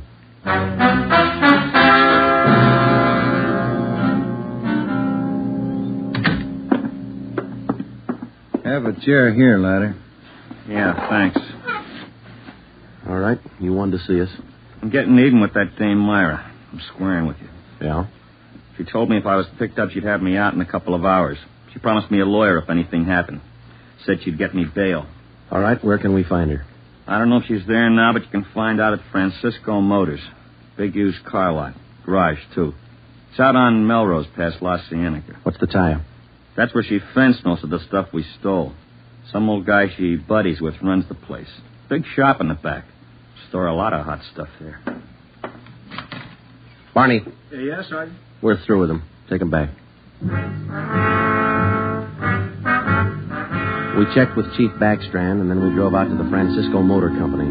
We located it on the corner of Melrose and Geneva Avenue. It was a big layout. It consisted of a large used car lot sign bannering the slogan, Deluxe Auto Accessories, lowest prices in town. Along the back end of the lot, there was a large L-shaped garage.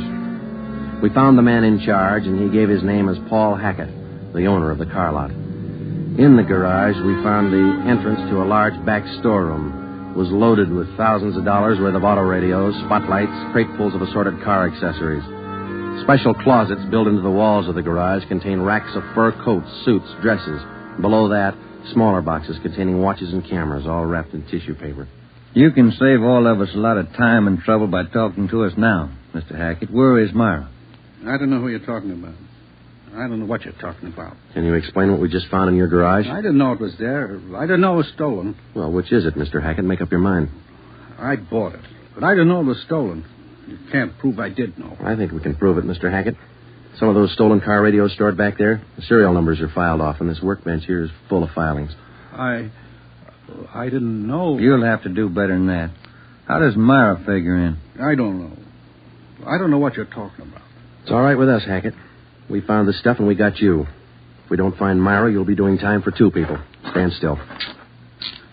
You can't. You can't do this to me. I don't know anything about it. Come on, Hackett. We're taking you in.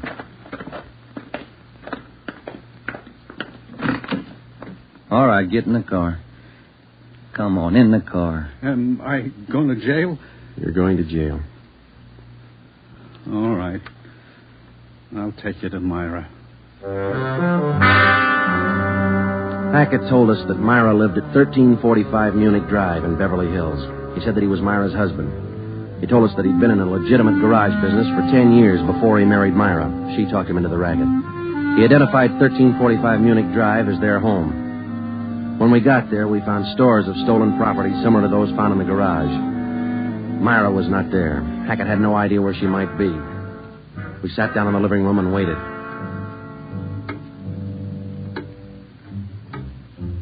1 hour, 2 hours, 3 hours.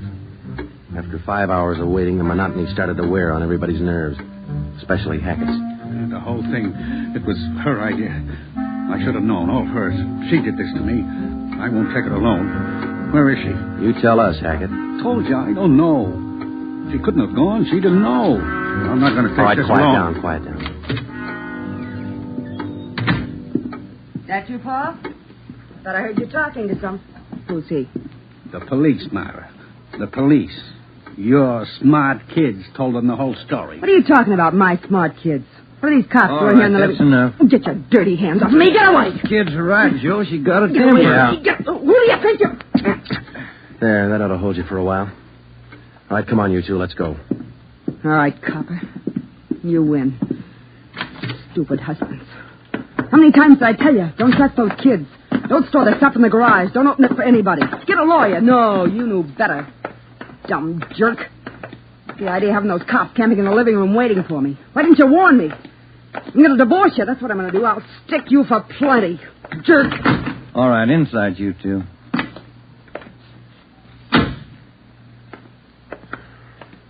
You got a smoke, Ben? Yeah. Here. Thanks. I was just thinking. What? Those kids were right. She's a pretty nice-looking woman. Yeah. Nice face. Beautiful figure. Mm-hmm. Sure talks a lot, though, doesn't she? Yeah. Hey, Joe, remind me to take home some flowers to my wife tonight, will you?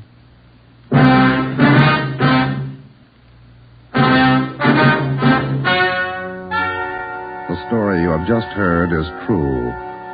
Only the names were changed to protect the innocent. Paul and Myra Hackett were tried and convicted on 7 separate counts of receiving stolen property. They are now serving out their sentences in the state penitentiary. Realizing that most of the young persons involved in the case were influenced by the strong personality of Paul and Myra Hackett, a separate investigation was made into the backgrounds and home life of the young offenders. In most cases, they were found to be basically good, and they were placed on probation and returned to their homes.